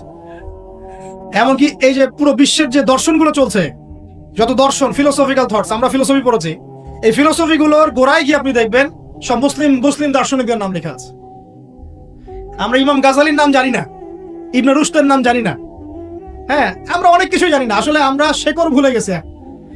বিশ্বাস করেন, আমরা এই যে প্রযুক্তি, মোবাইল ফোন, টিকটক, মেয়েদের পিছনে ঘুরতে ঘুরতে, অ্যাফেয়ার, বাইক চালানো, আমরা আমাদের জীবনের লক্ষ্যই ভুলে গেছি। আল্লাহ পাক আমাদের যুব সমাজকে তাদের জীবনের লক্ষ্য বোঝার তৌফিক দান করুন। ভাই আল্লাহ পাক আপনাকে এমনি এমনি সৃষ্টি করেন নাই, আমাকে এমনি এমনি সৃষ্টি করেন নাই। আল্লাহ পাক চান আমাদের কাছে আমরা যেন তার দ্বীনের জ্ঞান অর্জন করি এবং এই জ্ঞান অনুযায়ী আমল করি। এই আমলটা সমাজে ছড়িয়ে দেই, ইসলামের দাওয়াতের মেহনত ছড়িয়ে দেই, যাতে একটা সময় হলেও যেন আল্লাহর জমিন, আল্লাহ দিন কায়েম করে। এটা আল্লাহ পাক চান আমাদের কাছে। আল্লাহ পাক আমাদেরকে এই জন্য সৃষ্টি করেন নাই যে একটা মেয়ের জন্য আত্মহত্যা করে ফেলবেন। একদম একটা মোবাইল ফোন একটা মেয়েকে কিনে দিয়েছেন, তার জীবন নষ্ট করে ফেলেছে। যে বাবারা মেয়েদেরকে ফোন কিনে দিয়েছেন, জীবন নষ্ট করে ফেলেছে, এবং তার মাধ্যমে আরো 10টা ছেলেরও জীবন নষ্ট করছে। আর সত্যি কথা বলছি, এখন আমরা তো ঢাকা শহরে থাকি, মানে এখানে ছেলেদের চেয়ে মেয়েরা বেশি পথ। হ্যাঁ, খুব ভালো লাগে ওদের। কি ভালো লাগে? একটা ছেলের সাথে বাইকে করে ঘুরবে, টাকা খসাবে, এখানে ওখানে ডেট করবে আস্তে আস্তে। এগুলোতে খুব মজা পায়। এগুলোর জন্য কি তাকে সৃষ্টি করা হয়েছে? আপনি বলেন, এই মেয়েদেরকে আপনি যখন ঘরে নিয়ে আসবেন, আমি নারী বিদ্বেষী কথা বলছি না, নারীদেরকে আমরা অনেক অনেক সম্মান করি, অনেক শ্রদ্ধা করি। আর আমাকে জন্ম দিয়েছেন একজন নারী, আমাকে দিনের পথে চলতে আত্মবিশ্বাস যোগায় পিছন থেকে ঘরের নারী যোগায় কিনা? আমার নিজের কন্যা সন্তান আছে, আমরা মেয়ের বাবা। কিন্তু এখন যে টিকটক জেনারেশন মেয়েদেরকে আপনি তৈরি করছেন, ফোন হাতে তুলে দিয়ে ডেটিং করছে, বাইকের পিছনে ছেলের সাথে ঘুরছে, এখানে ওখানে ফ্রি ওপেন সেক্স করছে, কোনোদিন ধর্ষণের শিকার হচ্ছে। এই মেয়েদেরকে ঘরে নিয়ে আসার পরে এদের গর্ভ থেকে কি আপনি ইসমাইলের মতো সন্তান পাবেন? এদের সাথে তোমরাও দেখা যায় যে অনেক সময় প্রেম করতে ভালো লাগে, কিন্তু এই মেয়েদেরকে কেউ বিয়ে করবে না। এ ধরনের নারীদের সাথে মানুষ প্রেম করতে মজা পায়, কেউ সম্মান করে বিয়ে করতে চায় না। করলেও দেখবেন 2-1 বছরের মধ্যেই নাই শেষ সম্পর্ক, গায়েব। তো অনেক দূর চলে আসলাম, এত দূর আসতে চাইনি। কথার পিঠে চলে আসলো যে সমস্যা হচ্ছে গোড়ায় আমরা আমাদের যুবক যুবতী, আমাদের ছেলে মেয়েদেরকে দিনই বুনিয়াদি ইসলামী শিক্ষা দিচ্ছি না। এটা শিক্ষা দেওয়ার দায়িত্ব প্রত্যেক পিতার, প্রত্যেক মাতার। সে মাদ্রাসায় পড়ুক আর জেনারেল লাইনেই পড়ুক, আপনাকে শিক্ষা নিশ্চিত করতে হবে। কিভাবে করবেন এই হেডেক এখন আপনার, আমার আর হেডেক নাই, আমি দিয়ে দিলাম হেডেক। আপনি এই হেডেকটা আমার মাথায় ছিল, আপনাকে দিয়ে দিলাম, আপনি চিন্তা করেন কিভাবে করবেন। এখন পারলে অফলাইনে করেন, না হলে অনলাইনে করেন। অনলাইনে আচ্ছা আলোচনা চলে আসছে, একটা কথা বলে দিই, অনলাইনে অনেক রকম কোর্সেস চলছে। তবে আমি নিয়াত করেছি ইনশাআল্লাহ, আমি আরো কয়েকজন ওলামায়ে কেরামদের সাথে পরামর্শ করেছি এবং এখনো করে যাচ্ছি, কমপক্ষে বরেণ্য 8 থেকে 10 জন স্কলার বা আলেমদেরকে নিয়ে অনলাইনে ইনশাআল্লাহ আমরা একটা মাদ্রাসা খুলবো ইনশাআল্লাহ। এটা অফলাইন না, অনলাইন মাদ্রাসা। আমি নাম দিয়েছি তহা জিন্নুরাইন ইসলামিক অনলাইন মাদ্রাসা। আমি দোয়া করি আল্লাহর কাছে, আল্লাহ পাক যেন এই মাদ্রাসাকে কবুল করেন। এর ওসিলা করে আল্লাহ পাক লক্ষ লক্ষ কোটি কোটি যুবককে দ্বীনের জ্ঞান শেখার তৌফিক দান, যুবতীদেরকে দান করেন, আমাদের ছোট ছোট সোনামণিদেরকে দান করেন। যারা অফলাইনে দিন শিখতে পারছে না, আল্লাহ যেন অনলাইনে শেখার তৌফিক দান করেন। তো এখানে বেশ কয়েকটা লেভেলে বেশ কয়েকটা কোর্স লঞ্চ করা হবে ইনশাআল্লাহ। যেমন বাচ্চাদের জন্য বুনিয়াদি নুরানি কোর্স। আপনার বাচ্চা আছে ছোট, 4 বছর 5 বছর বয়স, ভর্তি করাই দিলেন, নুরানি কোর্স করবে, কোরআন তেলাওয়াত করা শিখবে। এরপরে হিপস, একটা হিপসের কোর্স, আপনি অনলাইনেই হিপস করবেন। যাদের বয়স 10 বছর হয়ে গেছে, 12 বছর 15 বছর, অনলাইন হিপস করবে। আপনি চাইলে আপনার বয়স যদি 30-40 হয় আপনিও করতে পারবেন, বা আপনার ব্যাচটা আলাদা হবে।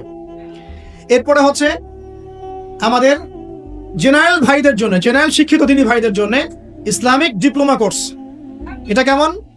এখানে 4-5টা লেভেল থাকবে। লেভেল 1 মনে করেন এখানে আপনার বুনিয়াদি জিনিস, আপনার আকীদা, আপনার কোরআন তেলাওয়াতের জ্ঞান, আপনার দৈনন্দিন জিকির আজগার, নামাজ, আপনার হাদিসের মধ্যে ফয়জুল কালামের মতো বই, ঠিক আছে, ইসলামের ইতিহাস, তারপরে ফিকহের মধ্যে ফিকহুল মুয়াসসার, এই ধরনের বই। মানে প্রাথমিক বুনিয়াদি যে জ্ঞানটুকু মাদ্রাসা দেওয়া হয় এটা ইনশাআল্লাহ শিখবেন। এটা শেষ করার পরে যাবেন লেভেল 2। লেভেল 2 তে গিয়ে আরো হাই ক্লাস কিছু বই পাবেন, ওখানে আরো কিছু সাবজেক্ট অ্যাড হবে, ইসলামিক পরিবার, ইসলামিক অর্থনীতি, ঠিক আছে, ইসলামিক জিওপলিটিক্স, এসক্যাটোলজি, এরকম কিছু সাবজেক্ট আসবে ইনশাআল্লাহ। এটা দিয়ে আবার কপি করে সবাই বানানো শুরু করে দিয়েন না, আমি তো বলে দিচ্ছি। আর বানালে আলহামদুলিল্লাহ কোনো সমস্যা নাই, এটাও দিনের খেদমত হবে ইনশাআল্লাহ। একজনকে দেখে যদি আরো 10 জন শেখে, সমস্যা কোনো সমস্যা? এভাবে লেভেল 3 তে গিয়ে আপনি মাদ্রাসায় যেগুলো নাহু, হেদায়েতুন নাহু, হেদায়া কুদুরি, এই ধরনের বইগুলো পড়ানো হয়, এগুলো শিখবেন ইনশাআল্লাহ। শেষ লেভেলে গিয়ে আপনি জালালাইনের মতো তাফসীর শিখবেন ইনশাআল্লাহ। মানে একজন মৌলানা সাহেব বলতে বোঝাচ্ছি, আমি তো আপনাকে ফকিহ বা মুফতি বা মুহাদ্দিস এরকম লেভেলের কথা বলছি না। একজন আলেম, একজন জাননেওয়ালা, বুঝওয়ালা মানুষ যতটুকু দিনের জ্ঞান অর্জন করেন ইনশাআল্লাহ, এই জ্ঞানটুকু আপনি লেভেল 1, 2, 3, 4, 5 এভাবে আপনি অর্জন করবেন ইনশাআল্লাহ। এভাবে যদি আমরা পুরো বাংলা ভাষাভাষীদের মধ্যে পুরো ওয়ার্ল্ড ওয়াইড এটাকে ছড়াতে পারি ইনশাআল্লাহ, আগামী 5 বছরের মধ্যে আমরা আশাবাদী কমপক্ষে 1 লক্ষ মানুষ তো দিন শিখবেন ইনশাআল্লাহ। আল্লাহ পাক আমাদেরকে তৌফিক দান করুন। এবং এগুলো হবে খুব স্বল্প মেয়াদী, 6 মাস, 4 মাস, 6 মাস এরকম কোর্স, যাতে আপনি বিরক্ত না হন। কারণ আমি অভিজ্ঞতা থেকে দেখেছি 1 বছরের কোর্স মানুষ করতে চায় না। দিনী বোনদের জন্য কোর্স থাকবে, এবং দিনী বোনদের ক্লাস নেবেন মহিলা টিচাররা ইনশাআল্লাহ। দিনী বোনদের ক্লাস নেবেন মহিলা টিচাররা ইনশাআল্লাহ। যদি কেউ প্যারেন্টিং নিয়ে কোর্স করতে চান, প্যারেন্টিং কোর্স থাকবে, সন্তান প্রতিপালন। যদি কেউ পরিবার নিয়ে কোর্স করতে চান, ফ্যামিলি ডেভেলপমেন্ট কোর্স থাকবে। ইসলামিক ইকোনমিক্স নিয়ে কোর্স করতে চান, ইসলামিক ইকোনমিক্সের কোর্স থাকবে। ইসলামিক ফাইন্যান্স শিখতে চান, সেটা থাকবে ইনশাআল্লাহ। এক একটা ডিপার্টমেন্টের এক একটা কোর্স নিয়ে আমরা এই মাদ্রাসা লঞ্চ করবো ইনশাআল্লাহ। আল্লাহ পাক এটাকে কবুল করুন, আমিন। এবং এর পাশাপাশি এই সিলেবাসগুলো আমি নিয়াত করেছি উন্মুক্ত করে দিব। যে কোনো প্রতিষ্ঠান, দিনী প্রতিষ্ঠান, সেটা হোক ইসলামিক স্কুল বা ইসলামিক কলেজ বা মাদ্রাসা, তারা যদি এই কোর্সগুলো করতে চায়, করাতে চায়, সিলেবাস নিয়ে তারা লঞ্চ করতে চায়, ইনশাআল্লাহ তাদের জন্য উন্মুক্ত করে দেওয়া হবে ইনশাআল্লাহ, যাতে করে সারা দেশের বিভিন্ন জায়গায় কোর্সগুলো ছড়িয়ে পড়ে। আমি জ্ঞানতাত্ত্বিক কথা এজন্য বললাম বেশি করে, প্রথম ফরজ আপনার উপরে ইকরা বিসমি রাব্বিকাল্লাযী খালাক। এখন চিন্তা করেন, হেরা গুহায় নবী সাল্লাল্লাহু আলাইহি ওয়াসাল্লাম বসে আছেন, জিবরাইল আলাইহিস সালাম এসে তার সামনে প্রথম যে আয়াতটা ওহী করলেন, সেই আয়াতটা নামাজের আয়াত ছিল না, সে একটা যাকাতের আয়াত ছিল না, সেই আয়াতটা রোজা রাখো আয়াত ছিল না, এমনকি মূর্তি পূজা করো না এমনও ছিল। কি ছিল ভাই? ইকরা, আপনি আপনি পড়ুন, হে নবী আপনি পড়ুন। নবীজি কিন্তু পড়তে জানতেন না, আপনারা জানেন কি? নবী সাল্লাল্লাহু আলাইহি ওয়াসাল্লাম কিন্তু লিখতে পড়তে জানতেন না। আল্লাহ পাক এমন একজন মানুষকে সুবহানাল্লাহ শেষ নবী করেছেন যিনি লিখতে জানতেন না, পড়তে জানতেন, যাতে কাফেররা এই অপবাদ দিতে না পারে তুমি আগের কিতাবগুলো থেকে দেখে দেখে লিখে নিয়ে আসছো। সুবহানাল্লাহ, আল্লাহু আকবার। তো নবী সাল্লাল্লাহু আলাইহি ওয়াসাল্লাম বলেন মা নবী করি, আমি তো পড়তে জানি না। তিনি কি বলছেন? সহিহ বুখারী খুলে দেখেন দ্বিতীয় হাদিসটা, মা নবী করি, আমি তো পড়তে জানি না। তারপরেও জিবরাইল আলাইহিস সালাম বলেন ইকরা, আপনি পড়ুন, বিসমি রাব্বিকাল্লাযী খালাক, আপনার রবের নামে যিনি আপনাকে সৃষ্টি করেছেন। সুবহানাল্লাহ। সর্বপ্রথম এই জ্ঞানতাত্ত্বিক বিপ্লব হয়েছে মক্কার মাটিতে, তখনই আবু বকর, উমর, ওসমান, আলীর মতো সাহাবী তৈরি হয়েছে। জ্ঞান ছাড়া শুধু বড় বড় কথা দিয়ে আর জ্ঞানহীন আমল দিয়েও কোনো কাজ নাই। জ্ঞানহীন আমল দিয়ে কিন্তু খুব একটা কাজ হয় না। আপনি হয়তো মনে করছেন যে আমি ইমাম সাহেবকে জিজ্ঞাসা করে নেবো, ব্যাস হয়ে গেল। কিন্তু জ্ঞান অর্জন করে আমল করার যে স্বাদ আর জ্ঞানহীন আমলের স্বাদ কখনো এক না।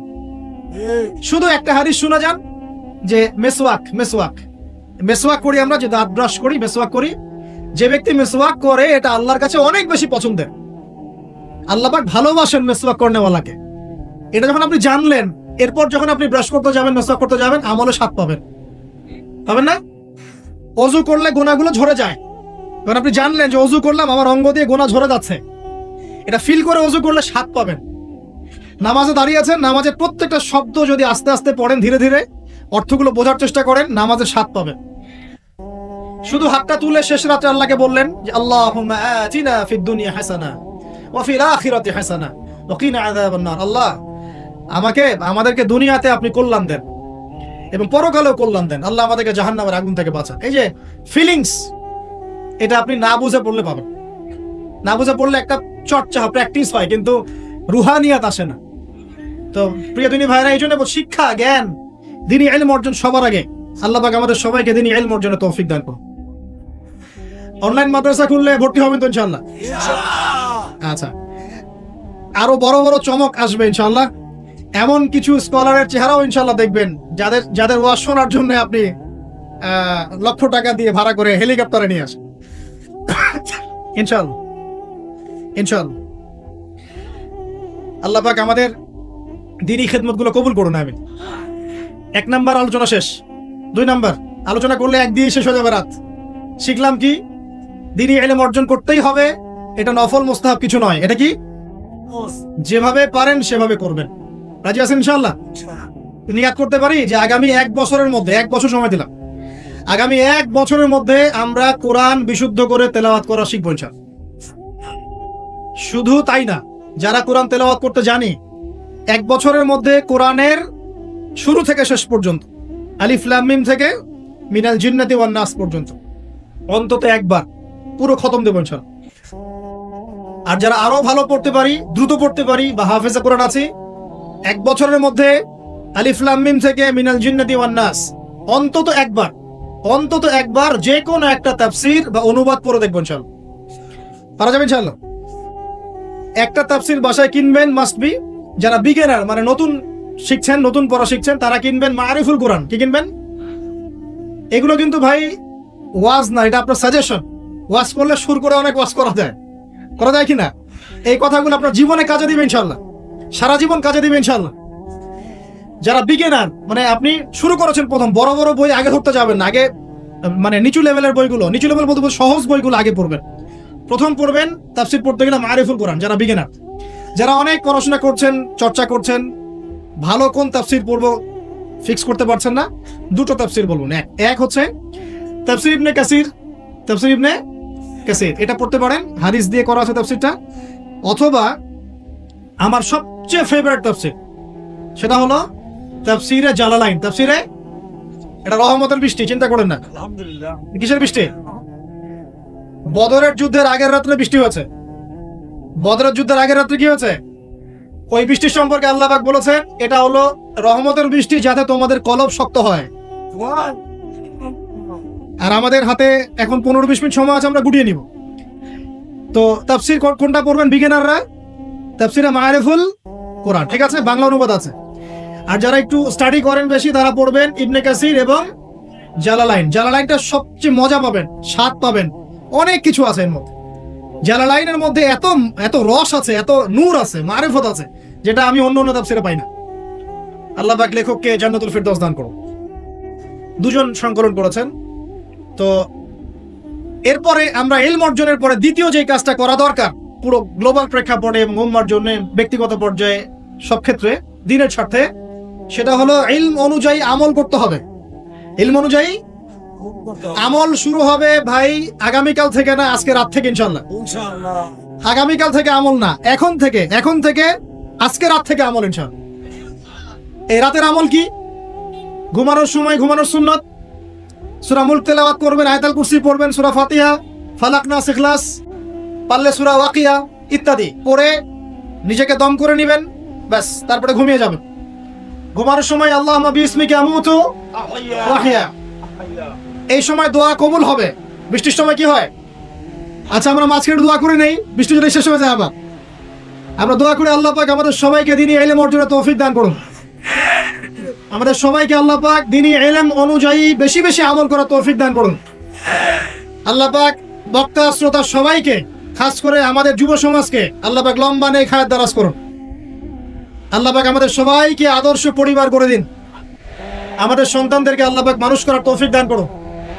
আমাদেরকে আল্লাহর ঘর জিয়ারতের তৌফিক দান করুন। আল্লাহ পাক আমাদের সবাইকে দিন রাত দাওয়াতের কাজ করার তৌফিক দান করুন।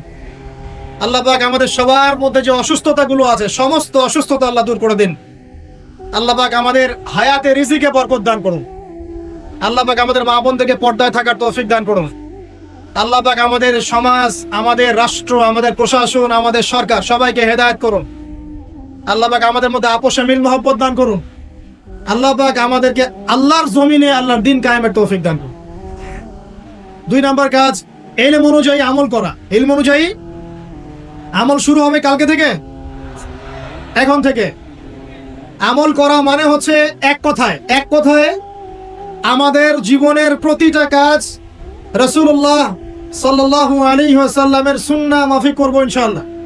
রাজি আছি তো ইনশাআল্লাহ? এই ঘুম থেকে শুরু হবে। আপনার ঘুমটা এখন সুন্নাহ মাফিক হবে, আমারটা কিন্তু হবে না।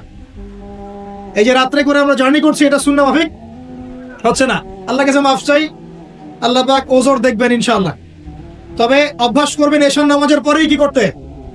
ঘুমাতে, যাতে করে তাহাজ্জুদে আপনি উঠতে পারেন। ওই বরকতময় সময় আল্লাহ পাক প্রথম আকাশে নেমে আসেন। কিভাবে নেমে আসেন এটা বোঝার বা জানার দরকার নাই আমার। আল্লাহ পাকের রহমত নেমে আসে। আল্লাহ রাব্বুল আলামিন আহ্বান করতে থাকেন, কে আছো আমার কাছে কিছু চাইবে আমি তোমাকে দিব। কে আছো আমাকে ডাকবে আমি তোমার ডাকে সাড়া দিব। কে আছো আমার কাছে ক্ষমা চাইবে আমি তোমাকে ক্ষমা করে দিব। আমরা তখন ঘুম, মাশাআল্লাহ। কারণ আমরা টিকটক চালিয়েছি 3টা পর্যন্ত, ফেসবুক ইউটিউবিং করেছি 2:30 3টা পর্যন্ত। শেষ রাত্রে আল্লাহ পাক যখন নেমে এসে আহ্বান করেন, নাফরমান গাফেল বান্দা আমরা ঘুমিয়ে থাকি। আস্তাগফিরুল্লাহ। অথচ ওই সময়ে যে দোয়াই করা হবে আল্লাহ কবুল করবেন ইনশাআল্লাহ। আমাদের দোয়ার অভাব, কত দোয়া, কত চাওয়ার জন্য হুজুরের কাছে আসতে হয় না। চাওয়ার জন্য শেষ রাত্রে জায়নামাজে দাঁড়িয়ে যান, আল্লাহ কবুল করবেন ইনশাআল্লাহ। শেষ রাত্রে যদি আমরা জাগতে না পারি, আমাদের দ্বারা দিন কায়েম হবে না ভাই। সাহাবীরা যারা বদর, উহুদ, খন্দকে যুদ্ধ করেছেন, তারা শেষ রাত্রের দরবেশ ছিলেন। দরবেশ, শেষ রাত্রের দরবেশ। আর দিনের বেলা ঘোরসাওয়ার। কি বুঝলেন? শেষ রাত্রে দরবেশ মানে একদম আল্লাহওয়ালা মানুষ। শেষ রাত্রে চোখের পানিতে জায়নামাজ ভিজে যাইতো, দাড়ি ভিজে যাইতো। এই মানুষগুলো আবার দিনের বেলা ছুটতেন, ঘোড়া ছোটাতেন। তাদের হাতে ইসলাম বিজয় লাভ করেছে। অতএব শেষ রাত্রে জায়গার অভ্যাস করে আল্লাহ পাক তৌফিক দান করুন। সাউন্ড শুনতে পাচ্ছেন? আচ্ছা, ঠিক আছে। তাহলে আমল শুরু হবে আজকে থেকে, রাত থেকে। তারপর দিন ঘুম থেকে উঠলেন, ফজর নামাজ জামাতে পড়বো না? নামাজের পরে তেলাওয়াত করবো না? জিকির আজকার করবো না? তারপর একটু পড়াশোনা করবো কিনা? খাওয়া দাওয়া কেমন হবে? 7 পেট নাকি নবী সুন্নাহ মাফিক? কাফেররা খায় 7 পেট। কয় পেট? আর মুমিন বান্দা খায় পেটের 3 ভাগের 1 ভাগ। খাওয়ার টেবিলে হেরে গেলে যুদ্ধের মাঠে জিততে পারবেন না। খাওয়ার টেবিলে হেরে গেলে যুদ্ধের মাঠে জিততে পারবেন না। যুদ্ধ মানে আদর্শিক যুদ্ধের কথা বলছি, ইলেকশনের যুদ্ধের কথা বলছি না। ঠিক আছে, আল্লাহ মাফ করুন। তো এই সিজনগুলো আসলে অনেক ভাই মারা যায় কিনা? আল্লাহ পাক আমাদেরকে আপোষের এই ফিতনা থেকে হেফাজত করুন। সব পশ্চিমা ষড়যন্ত্র, এগুলো কি সবকে বলেন পশ্চিমা ষড়যন্ত্র, ভাইয়ে ভাইয়ে মারামারি লাগিয়ে দিয়ে নাকে তেল দিয়ে ঘুমায় ওরা ভাইয়ে ভাইয়ে মারামারি লাগিয়ে দিয়েছে, ভাই ভাই মুসলিম মুসলিম ভাই ভাই, ওরা এখন মারামারি কর, আমরা নাকে তেল দিয়ে ঘুমাই। এই হলো অবস্থা। আর আমরা বুঝতেও পারছি না যেটা আমরা ওদের ষড়যন্ত্রের মধ্যে পড়ে গেছি। আল্লাহ আমাদেরকে মাফ করবো। অনেক ইসলামপন্থী ভাই এখানে নেমে পড়েন, কি মনে করে নামেন আল্লাহ ভালো জানেন। তবে জেনে রাখেন এই পথে নবী সাল্লাল্লাহু আলাইহি ওয়াসাল্লামের দাওয়াত এবং ইকামতের দিন ছিল না। নবী সাল্লাল্লাহু আলাইহি ওয়াসাল্লামের পথেই দিন কায়েম হবে ইনশাআল্লাহ। আল্লাহ পাক আমাদেরকে পশ্চিমা গোলক ধাঁধা থেকে হেফাজত করুন। এখন আসেন ভাই, তাহলে আমরা আমাদের জীবনের প্রত্যেকটা কাজ যদি নবী সুন্নাহ মাফিক করি, এলেম অনুযায়ী আমল হয়ে যাবে ইনশাআল্লাহ। রাজি আছি তো ভাই? ব্যাস এতটুকু কথা। এখন শুধু কি ব্যক্তিগত আমলই আমার দিনের অন্তর্ভুক্ত, না আমার পরিবার সমাজ অর্থনীতিও আছে? কোনটা? আমার পারিবারিক জীবন তাহলে কার সুন্নাত মোতাবেক চলবে, নবী সুন্নাত না পশ্চিমা সুন্নাত? আর পরিবারগুলো পশ্চিমা সুন্নাতে চলে না, পশ্চিমা কালচার। জন্মদিন করেন, বিবাহ বার্ষিকী করেন, আরো কত কি করেন, হ্যাঁ তাই না? সাজগোজ থেকে শুরু করে কাপড় চোপড়, পোশাক আশাক, বাথরুমের টয়লেট পর্যন্ত। বাথরুমের টয়লেট তো সব ইংলিশ নাকি? হ্যাঁ, তো নবী সুন্নাহ মাফিক এখানে তো আপনি বসতে পারবেন না।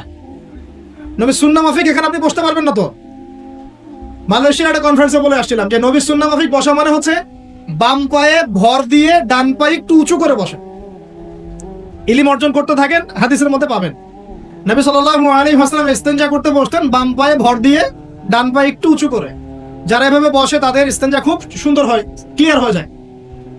আর আপনি ইংলিশ টয়লেটে বসেন, দেখি কেমনে বসবেন, পারবেন? তাহলে এই যে বললাম প্রতিটা জায়গায় ফিতনা, প্রতিটা জায়গায় ফিতনা। তো বাসায় অ্যাটলিস্ট এমন ওয়াশরুম রাখেন যেখানে নবী সুন্নাহ মাফিক ইস্তেনজা করা যায়। আর যখন সফর করবেন দেশের বিভিন্ন জায়গায়, তখন দেখবেন মাশাআল্লাহ আরো লেটেস্ট পদ্ধতি আছে। ছোট ছোট কিছু গামলা রেখে দেওয়া হয়েছে, ওখানে দাঁড়ায় দাঁড়াই করতে হবে, বসার কোনো অপশন নাই। আর সব সমান মাপের। মনে করেন একজন লম্বা 5 ফিট, একজন 6 ফিট, একজন 4 ফিট 3 ফিট। এখন কেমনে কি ধরে কিভাবে করবে, মাপটা কিভাবে সমান করবে বলেন তো? একটা হাদিস আমার বুঝে আসছে এ সফর করতে করতে, সেটা হচ্ছে আমি কখনো বলিনি এভাবে যে পশ্চিমা সভ্যতা হচ্ছে ইয়াজুজ আর মাজুজ, এটা আমি বলি না, কিন্তু আমি বুঝতে পারছি, আমি ভিতর থেকে ফিল করছি, আপনি একমত হন না হন, যে ওদের মধ্যে ইয়াজুজ আর মাজুজের খাসলত বা চরিত্র আছে 100%। আমি একটা হাদিস বলি, শেষ করে দিব, আর সময় নেই, 10 মিনিট আছে। এই হাদিসটা শোনেন। নবী সাল্লাল্লাহু আলাইহি ওয়াসাল্লাম একদিন ঘুম থেকে উঠলেন ভয়ে পেয়ে, আতঙ্কিত। নবীজি ভয়ে পেয়ে আতঙ্কিত হয়ে ঘুম থেকে উঠে বলছেন লা ইলাহা ইল্লাল্লাহ, লা ইলাহা ইল্লাল্লাহ। তখন তার স্ত্রী পাশে যিনি শুয়ে আছেন তিনি বলছেন নবী সাল্লাল্লাহু আলাইহি ওয়াসাল্লাম বলছেন ওয়াইলুল লিল আরব, ওয়াইলুল লিল আরব মিন শাররি ক্বাদ ইখতারাব। আরব জাতির জন্য ধ্বংস, আরব জাতির জন্য ধ্বংস। কি ভয়ঙ্কর ফিতনা ধেয়ে আসছে ওদের দিকে, কি ভয়ঙ্কর ফিতনা ধেয়ে আসছে। এবং তিনি হাতের ইশারা করে দেখালেন এইভাবে যে আজকে, নবীজি বলছেন 1400 বছর আগের কথা, 1445 বছর আগের কথা, 1445 বছর আগে নবীজি বলেছেন আজকে, ওই সময় আজকে ইয়াজুজ আর মাজুজের যে দেয়ালের কথা মনে আছে? জুলকারনাইনের সময় দেয়াল, এই দেয়াল এতটুকু পরিমাণ খুলে দেয়া হয়েছে, এতটুকু পরিমাণ খুলে দেয়া হয়েছে 1400 কত বছর আগে? তখন তার স্ত্রী বলছেন আনুহলিক ওয়াফিনা সালিহিন, আনুহলিক ওয়াফিনা সালিহিন ইয়া রাসূলুল্লাহ, হে আল্লাহর রাসূল সাল্লাল্লাহু আলাইহি ওয়াসাল্লাম, আমাদের মধ্যে ভালো মানুষরা থাকা সত্ত্বেও কি আমরা ধ্বংস হয়ে যাব? আপনি যে বলছেন ওয়াইলুল লিল আরব, আরবদের জন্য ধ্বংস। নবীজি বলছেন নাম, হ্যাঁ নাম, হ্যাঁ ধ্বংস হয়ে যাবে। ইদা কাসুরাতিল খাবাস, যখন নগ্নতা, বেহায়াপনা, অশ্লীলতা সমাজে রন্ধ্রে রন্ধ্রে ছড়িয়ে পড়বে, তখন আলেম জালেম সব ধ্বংস হবে। এই হাদিসটা অকাট্য হাদিস বুখারী মুসলিমের, মানে এটা সহিহ, এটা বিষয়ে কোনো সন্দেহ নেই। তাহলে নবীজি 1445 বছর আগে বলছেন যে আরবদের জন্য ধ্বংস ধেয়ে আসছে, এবং দেয়াল এভাবে খুলে দেওয়া হয়েছে। কাদের দেয়াল? ইয়াজুজ আর মাজুজ। আর ইয়াজুজ আর মাজুজের সাথে আরবদের ধ্বংসকে সম্পর্কিত করা হলো না? ইয়াজুজ আর মাজুজের সাথে আরবদের ধ্বংসকে সম্পৃক্ত করা হলো এবং বেহায়াপনাকে সম্পৃক্ত করা হলো।